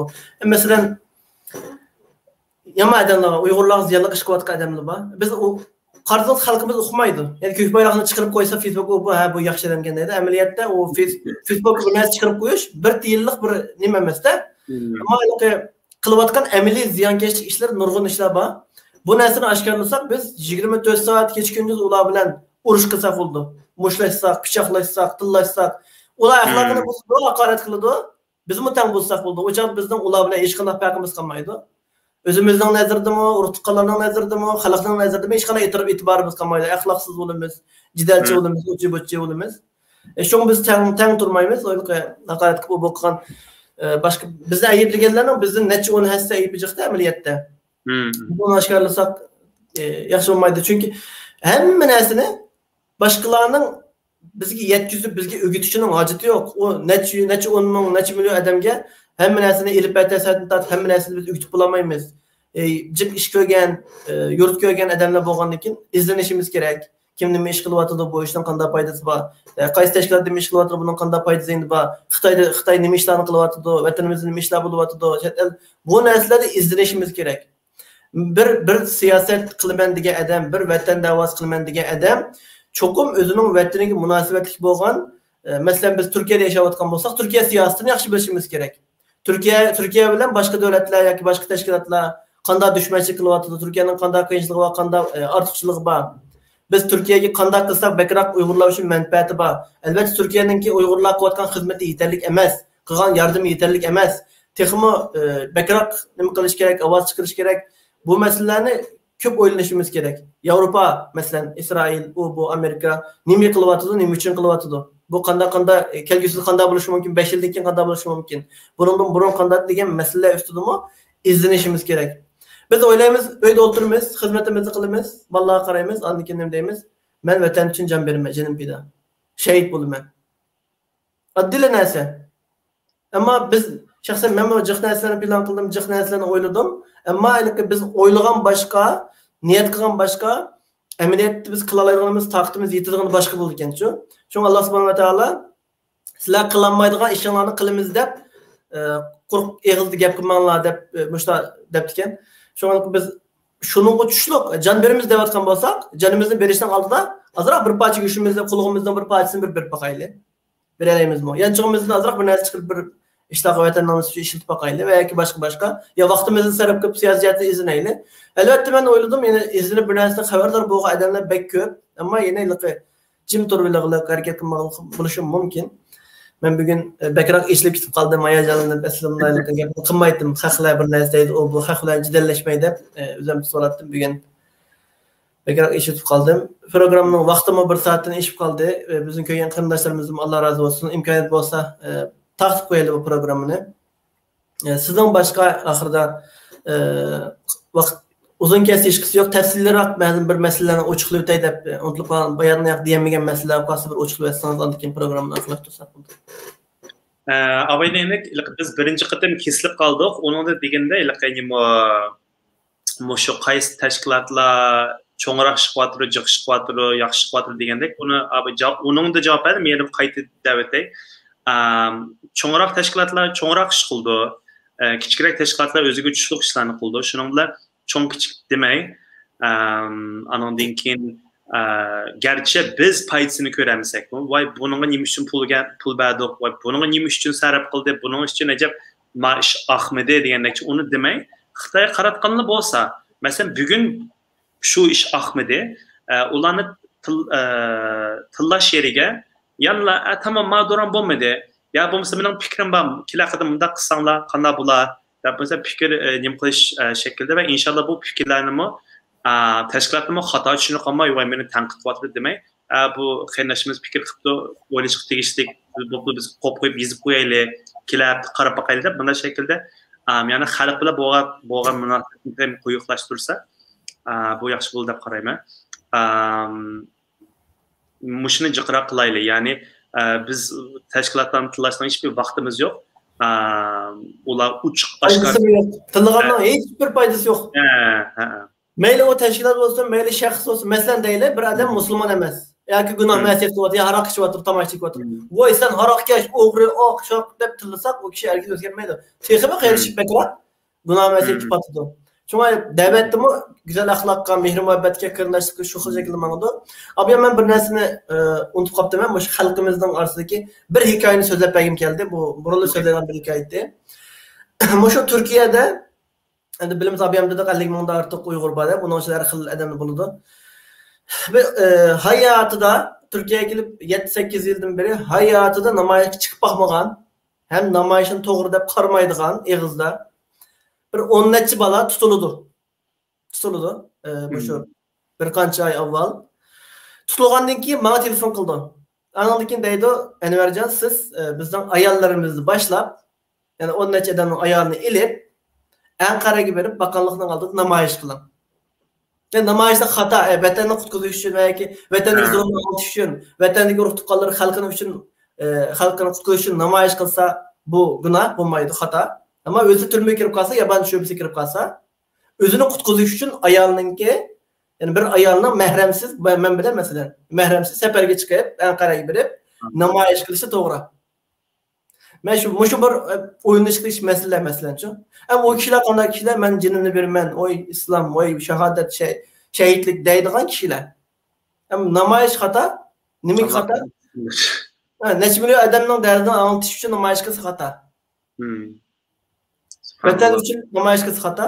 O'zining jini xatarga uchraganda, jinimi emas, boshqa vatandagilar undan nima yo'q bu yerda.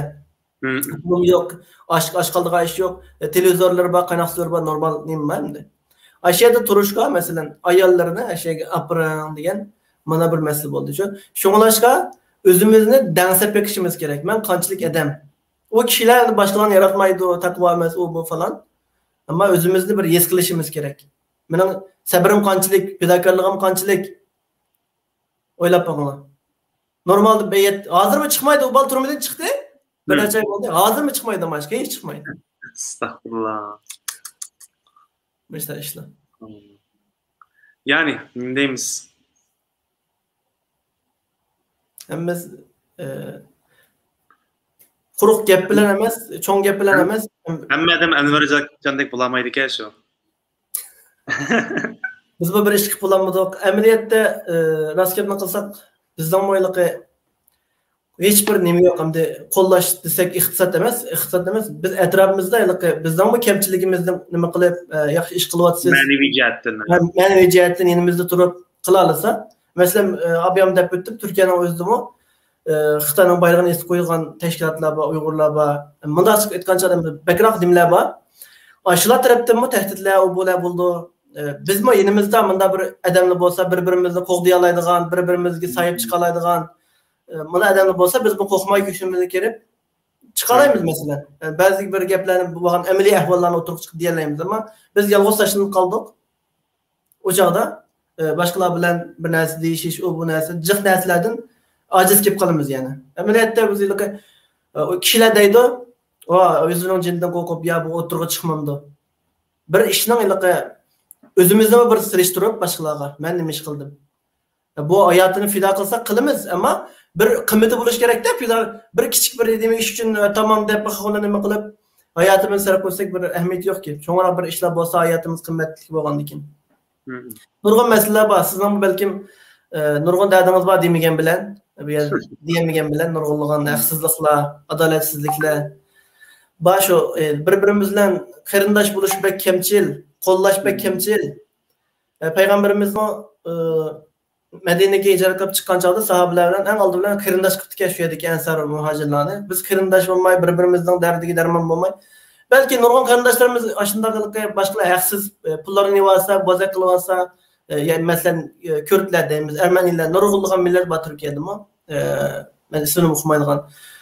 Başta milletli belki bozak kılınırken ahvalı buluşu mümkün, haksızlıkla uçururken buluşu mümkün, ulan mı yalnız kalan buluşu mümkün? Her birbirimizden dost yok, birbirimizden derdeki derman bulgan işler bek tüven boğalık için yalnız kaldık. Yalnız adından çana çıkmaz, çana çıktı mıldana çıkmaz deyip. Xitaylardan bir felsefe var, çökünü sundurga yalnız bir tal çökünü sundursan alsan, ne çöküler, çöküleyse onu sunduramayız deyip. Ular 1900'ün aldıda bizim dilimizi deyip boğan oydu ki, birlikten kanşı muhim ekenligini. Hemmesi o'xshash, yani bizda avval birlik bo'lishimiz kerak. Hech bo'lmasa 4-5 odam bir yerga kelib bir-birimizni qo'lday olasak, nurg'unlig'an ishlarda haqsizliklar qarshi olamiz kim bo'lsa masalan. Bir-birimizni masalan haqsiz shaklda turmalarga tutilgan obuna so'simi keyindan menib degandek nurg'un ishlarni qila olamiz, ammo hamkorlashadigan, qo'llaydigan ahvol bek oz, uni ish qilib bizni kasallik qilib asosda yaxshi ketadi inshaalloh. Shuning uchun mujodala qilamiz, tirishyapmiz.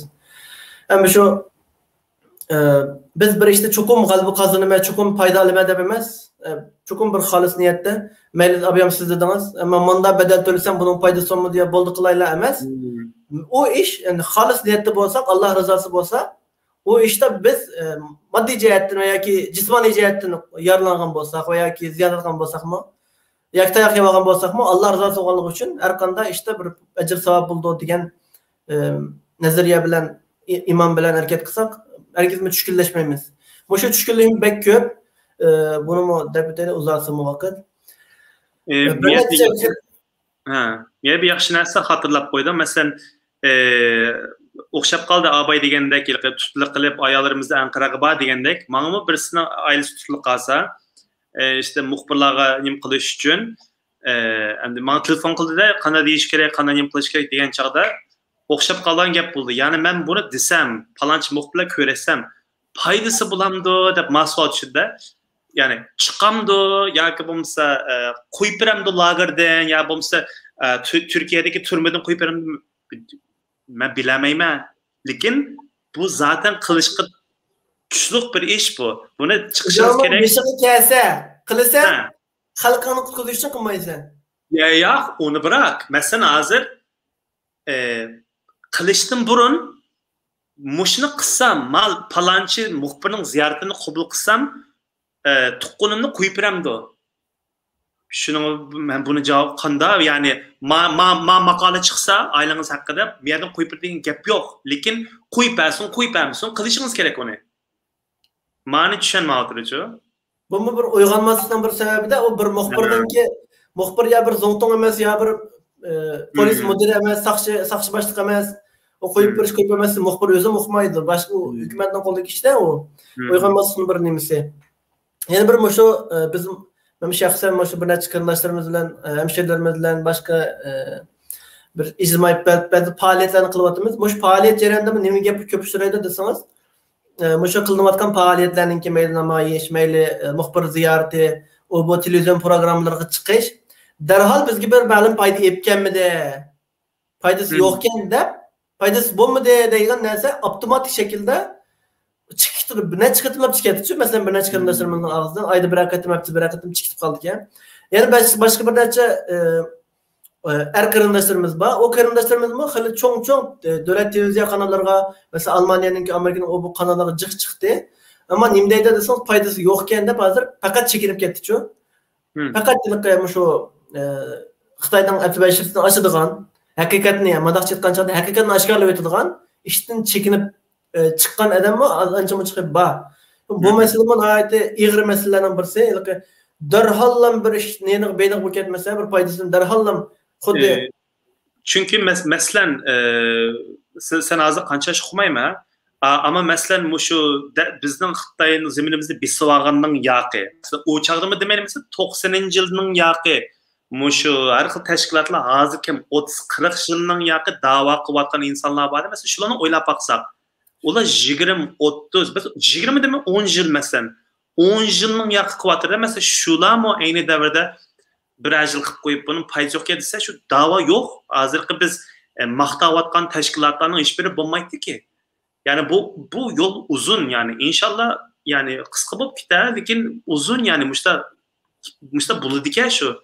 Bu bir ikki qitim ziyorat qilib qo'yib, bir ikki qitim televizionga chiqib qo'yib, bu ish unda oqmaydi.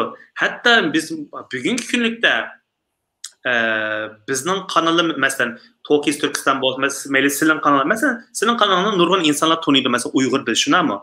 Lekin qachon ochding? 2-3 yil bo'ldi ochqili. Lekin 23 gün sana anlaydı çünkü sınavdan burun teşkilatla anca muncha emas xili Uyghur davası Türkiye'de tunulğaşqa ve yani bu Uygur'un kanalı bakıda anonlikni ekşatırı. Çünkü başkalarının kılgan hizmetinin ananız meyvesini sen çıkıvatsa sınavın kimi başkalar çakıdı degandek muşta davam kılındı yani. Ben bir ziyaret kabul kılamam, müstakil bolup ketiri, ailem çıktırı degan gap yok yani bu yerda. Şu oxşar şekilde şu televizyon bu kanallarda vatanda bulayotgan haksızlıklarni aşkarlıqalığımız için mi? Ben dünyanın her qaysi yerlerinden biz uqmaydigan yerlerden, biz tanımaydigan kişiler, yani köpüncüsü Müslüman kişiler bizge şu Uygurlar bilan aloqalashib turib nurg'unligan ijtimoiy yordamlarni yetkazib atadi. Men bu narsaga bir bek qayil bo'ldim. Ba'zi bir kishilarning o'zining amaliy ahvolini ko'rdim bir necha qatim. Uyg'urga yordam qiladi. Masalan, bir necha kun oldin bir qarindishimiz keldi. Bir qarindishimiz yana bir hemşirimizga 250 lira bir pulni yordam qilib keldi. O şu İstanbulning sirtida yiroq bir yerdan keldi, shuni yetkazib berish uchun.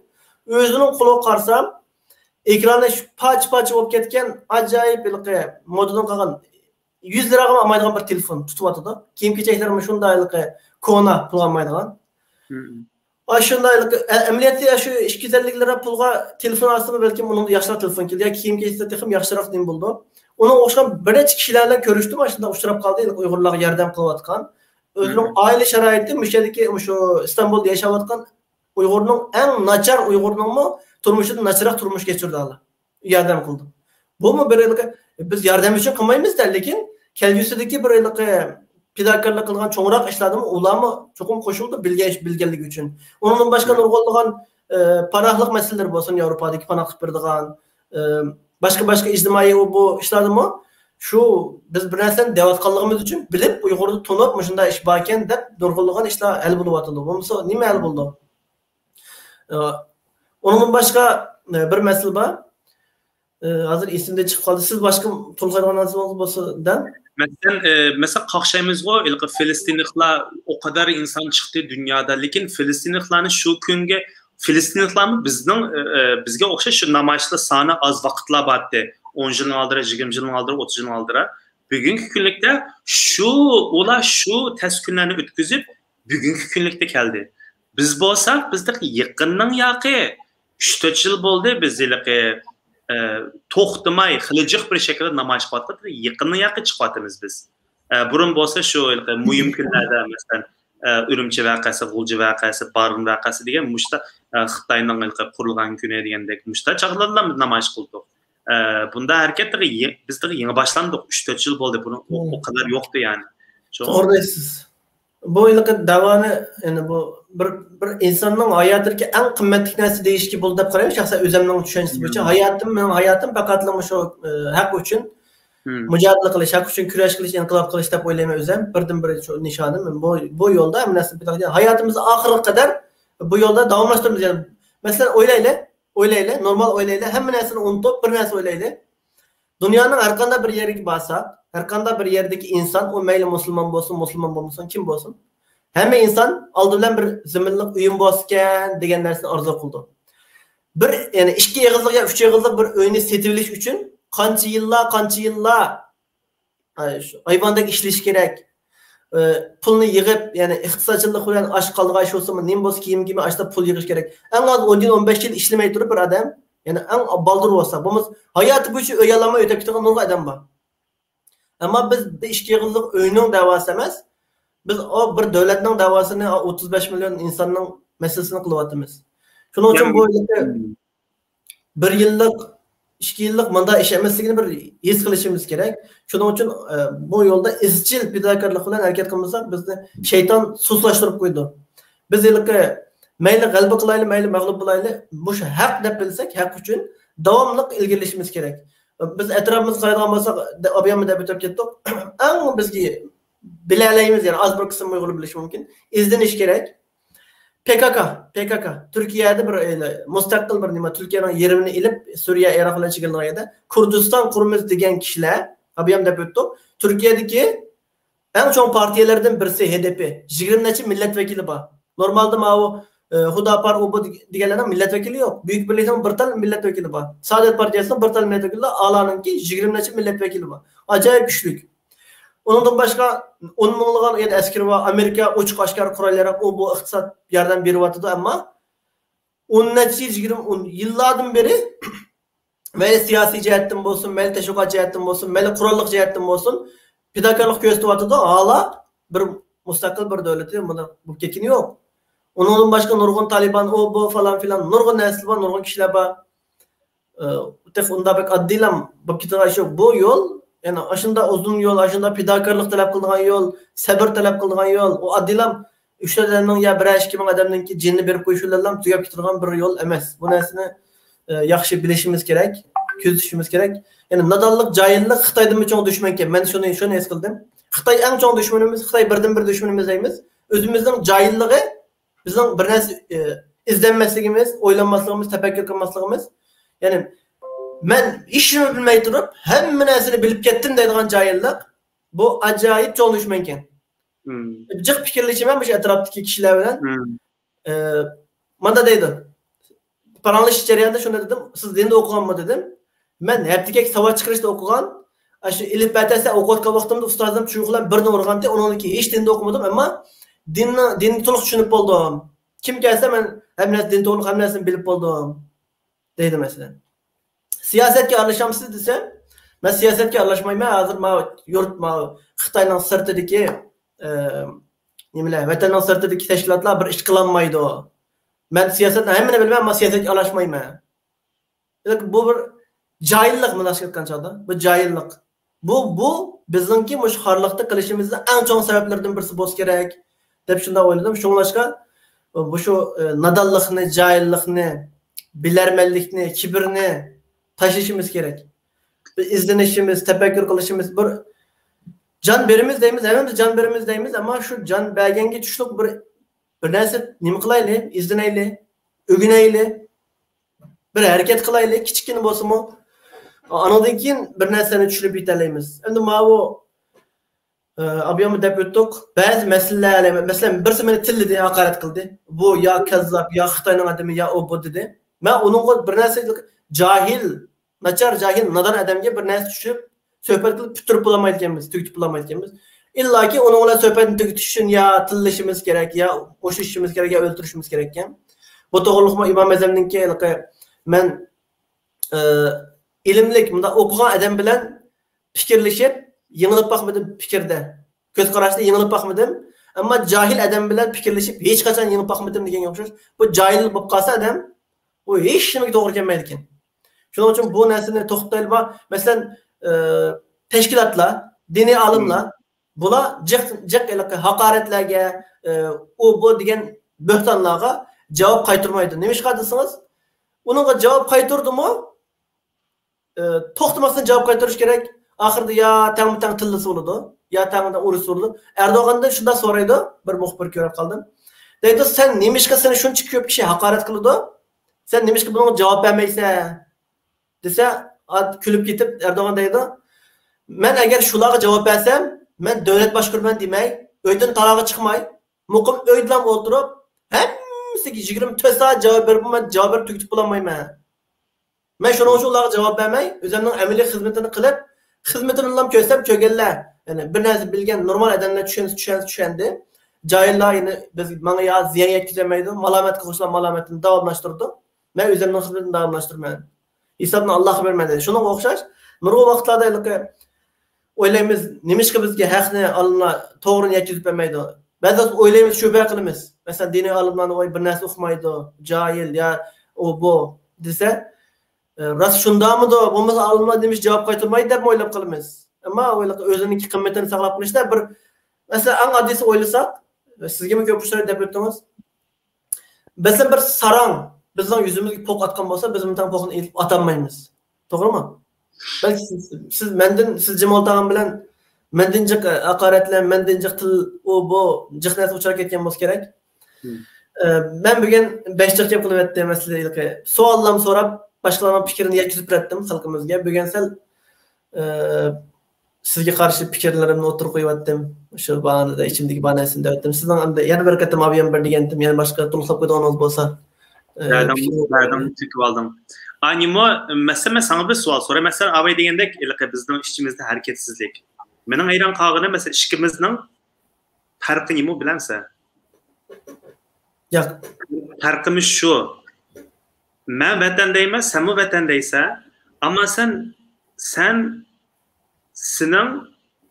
vatanda tug'ilding, cho'ng bo'lding, o'qiding, balki ishlading. Senin mektubun, anan, turmuşun nereden çıkmayayım da, lakin hammadan tuqqanlarım yani vatanda, vatanda, uyum, benim uyum şu yerda qoldi, qaytishim kerak. Sen aslında degilik ve nurg'un vatandan chiqqan, mesela şu Uyg'uriston yoki Sharqiy Turkistonda mayli qanday ism qo'llanim, shu yerda bütün hozir sendan so'ramay Uyg'urlar, vatandan chiqqan Uyg'urlar, to'ldinglar, o'qidinglar, uyinglar shu yerdan Xitoyning zulm tufaylidan gerçi o'zlari ishlash uchun, o'qish uchun chiqdim degan bilan asosiyatdan ya ota-onalar, ya bo'lmasa o'zlari voy men Xitoyning asli yashasa bo'lmaydi, chiqatdi asosiyatdan Uyg'urlar. Lekin men unda emas. Men chet elda tug'ildim, chet elda Avustraliyada tug'ildim, Avstraliyada o'qidim. Uyum Avustralya'da, keyin Türkiye'de qalab Müslümanca yaşamayıp uyayı badım. Benim derdim o kadar nima emas asli. Şuna qarşısınızmı?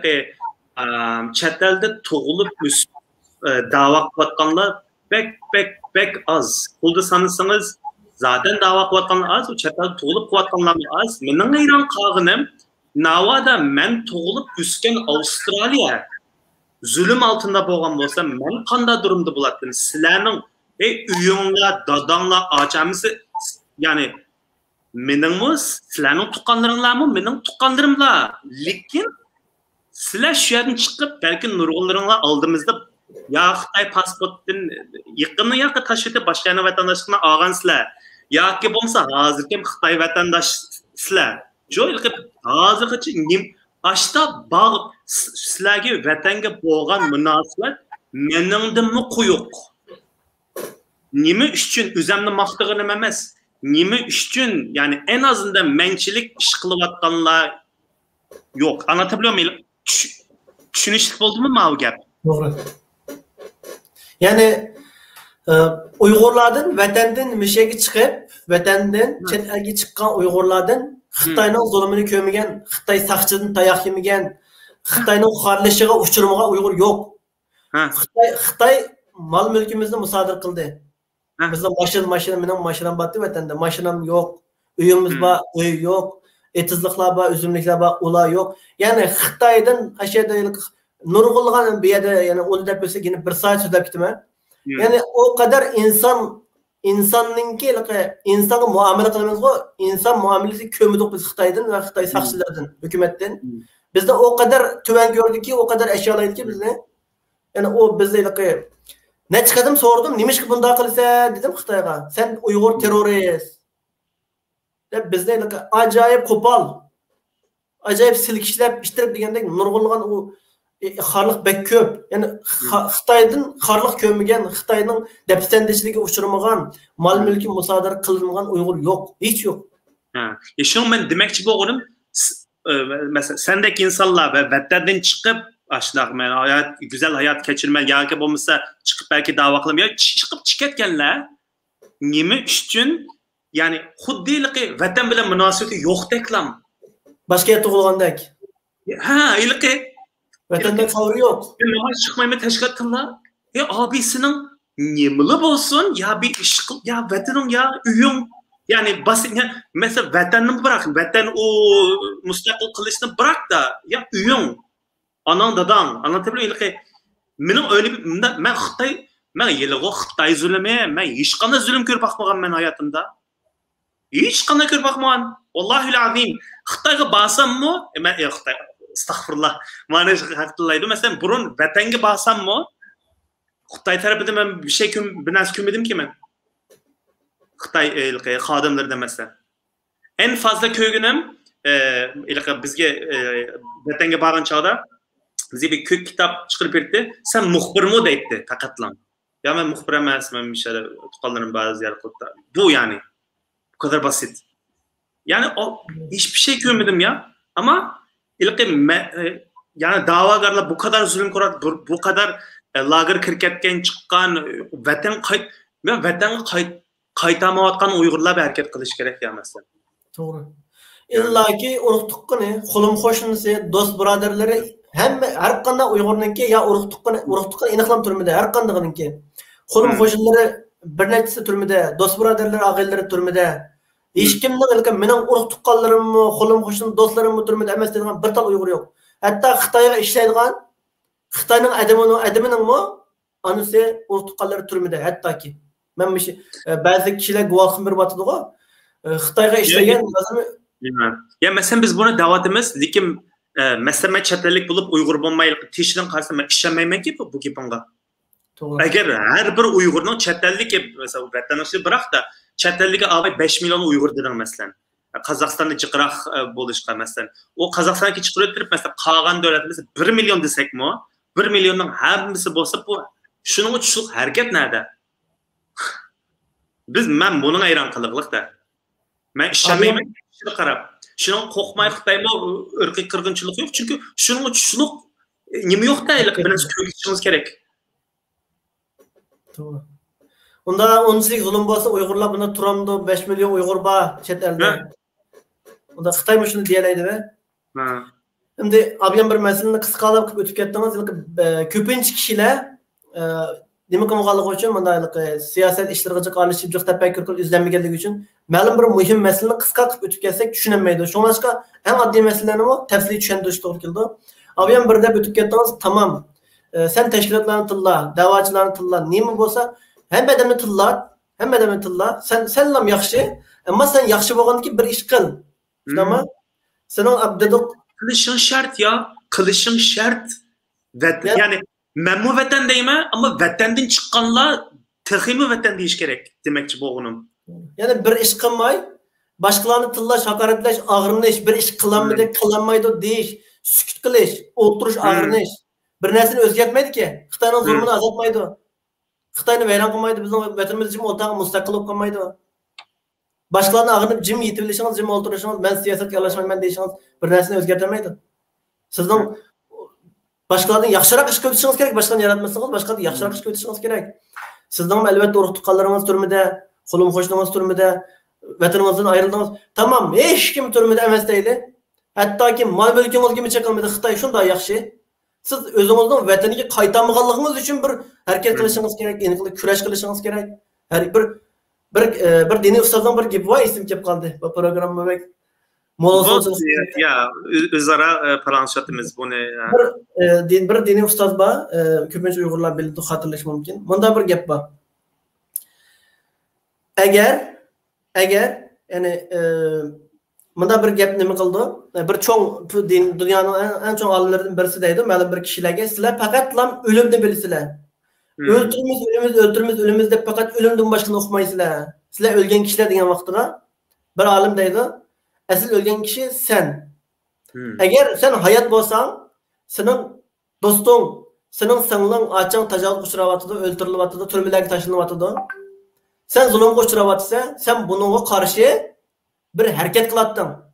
Sen ayet bolsan, mesela senin kulağını çimdilavatır, ya çişlevatır, ya bıçak sancıvatır, bir yerin ağırvatır. Sen bir ağırvatkanlığını ifade kılışın gerek, hareket kılışın gerek. Eğer sen bir bıçak tıksa, tacavuz kılsa, nomusunu bulgulsa, yüzlerin gibi bir nesini sizip oynasa, sen elbette hayat bolsan bir karşılık göstersen. Xuddi ma nemi qo'shaydi desangiz, hech qanday harakat qilmay, men bu yerda 5 million Uyg'urdan eng az 1 million erkak qotgan bo'lsa kerak deb o'ylaylik masalan, xiyolimizda. 4 million kishi 100 ming chiqish kerak mahalliqdan. 1 million mu demayli? Uningdan boshqasi uylik deb o'ylasam, hech qanday bir narsa es qilmaydigan, bir besim bo'lmaydigan, vijdoni azoblanmaydigan, bir imoniy jihatdan bir qanday hisob bermayman Allohga. Allah mama imkoniyatni beribdi. Balkim Allah menga shu bir sinab uchun shu nimaga chet elga chiqa olibdimi, chet elda yashapdimi? Agar vatanda aqab qolgan bo'lsam, kampida bo'lgan bo'lsam, qiyin qistab o'chirsam, tajovuz o'chirsam, hech qanday qarshilik qilolmaydim. Mening qarshilik, vatanga qarshilik qilolmaydim. Chet elda bo'lsam, erkiga bir qarshilik qilay. Mening yapma shu topli Xitoyning zolim qiyinchilik zulüm kampısında boğanımdan, meyde yaşadığımdan qanday bir farkı buluş gerek. O yerda cemiyet alıp yatıdım. Bir imkaniyetim bombalık için. Chet elde jim yetyaptimi, imkaniyetim bor turib. Bu ikisini sileshtirish gerek. Allah subhanahu wa taala deydi-da qiyomatda, banda men seni dining uchun, musulmon qarindishing uchun, xalqing uchun, vataning uchun xizmat qilsin deb shunday imkoniyatni berib Xitoyning qo'lidan, Xitoyning alqinidan chiqarib qo'ydim seni azod yerga, erkinga chiqarib qo'ydim. Sen nima ish qilding? Desa o chaqda men tashkilotlar nachardi, yaxshi ish qilolmagandi. Da'vochilar, o'shalar, bo'shalar yaxshi ish qilolmagandi. Men o'ltadim desa, o hech qanday bir mantiqqa uyg'un bo'lmaydigan bir ishda. Balki o chaqda biz vatanimizda namoz o'qiyamayotgan, roza tutolmayotgan, hatto majburiy dindan chiqarilgan insonlar jannatga kirsa, mayada namoz o'qib, roza tutib, ibodat qilgan kishilar hech qanday, ya'ni bu din uchun, vatan uchun kurash qilmagan kishilar do'zaxga kirib ketishi mumkin. Yani biz halkımız yılığı azıqı 2021 yıldaki nimini oylavatırdı. Mesela nurgun hazır bir neçe jenerasyon balla toğulvatıdı mesela çetelde. Yani bopmu Türkiye'ye meyli en kötü ihtimal Uygurluğunu unutup Türkleşip gidiyordu. İnşallah Müslümanlıkın devam kıldı. Ama Avrupa'cı, Amerika'cı, Avustralya'cı benim nurgun dostlarımdan asas cihetten derdi bu atkan ama balam çünkü vatanbek muyum. Çünkü en azından mesela benim hayatımda desem en azından biz 3-4 yılda bir vatan birip, tukanlarla görüşüp, bir Müslüman bağ, bir nimimiz battı da mesela bir şekilde. Ama hazır bardağın vatan yok ki. Mesela Türkler karşısız Avrupa'dakiler kana kıldı. Her yazda kaçan tatil olsa maşinsini Germanya'dan, Hollanda'nın maşinsini ayıdap kırıp Türkiye'ye verip vatanını bir ziyaret kılıp kaytıdı. Vatanımda boğan bağı var. Lekin ertesi gün Amerika'daki Uygur kendaşlarım, Avrupa'dakiler, Avustralya'dakiler, Kanada'dakiler. O Orta Asya'ya meyli. Şu an nimsiz sanıp yani Müslüman daha çok Türklüğe bir saklığı buldu. Sizler muşu küreş kemisanlar, sizler azıcık atana o kapağınlarını unut, baldırınlar, şu yerdeki halkı sınıp gidip Uygurluğu Xudayım saklısın ya da Uygurluğu unuttun ama kapırlış gidiyor. Kapır bop gidiyor ve ben bunu pek çok gördüm. İlk bunda saklıp kalan dinini, Uygurluğunu, Uygur tilini saklıp kalan nurgun haklar ya belki köygensler ben özlemden maktığım yok. En azından tilge kelgen çağda nurgun gaklamayotgan Uygurlarını köygensler, ballarını degendek. Abi bu kolay değil. Yani men vatanga berip kilerligen çağlarda ben çoğun bolganken ben. Lekin hazır o tilni qanday nim qilsa ya bo'lmasa aşı Uygur til mekteplerini puxtalash kerak yoki bo'lmasa yani buni aytib o'ylash tegishli ishlar shunga mush qisqa zamanda vatanimizni qutuldirib olmasak en azından kelajak bir ikki jenerasyon uchun qutuldirishimiz kerak. Qiyinlashimiz yo'qolib ketdi. Mening ovozim kelyaptimi herhalde. Mening master'im kashil chiqdi lekin programmani aytib yaxshi bo'layotgan. İnşallah qarindoshlarimiz shu xalqimizga ba'zi masalalar aydın bo'lib ketganda dunyo va oxiratligimiz uchun foydali bir ish bo'ldi deb o'ylayman. İnşallah har bir so'zimizga Alloh ajr savob bersin. Yana sizden to'liqlaydigan masala bo'lsa, to'liqlayvering. Nima masala chiqdi kameradan. Anandikin. Bo'ldi, müşahidni oxirlashsaqmi bo'ldi. Vaqtim bir qoldi. Kameramni o'chayotdi degandekcha. Charchab qopti kamerami. Qarindoshlarimiz charchab qolgandi. Siz ham oxirgi masala yana bir azroq nima qilsak, mana bu hozir bir gapni qildingiz. Masalan, burun chiqqan, burun 15 yil, 20 yil chiqqan kishilar, burun chiqqan kishilar yashilib ketdi, qirib ketdi. Bu kishilar nima deymiz? Bekçik bir iş qilib bo'lmasligi mumkin. Bizga yetakchilik qilib bu boshqa. Bizning ishimizdagi kishilar bo'lsa, bu ham deb o'tgandek bir yerlarda o'qigandan keyin yo'q, hech bir yerda ko'rinmaydi, yo xizmatda, yo xalq orasida, yo bu nimada.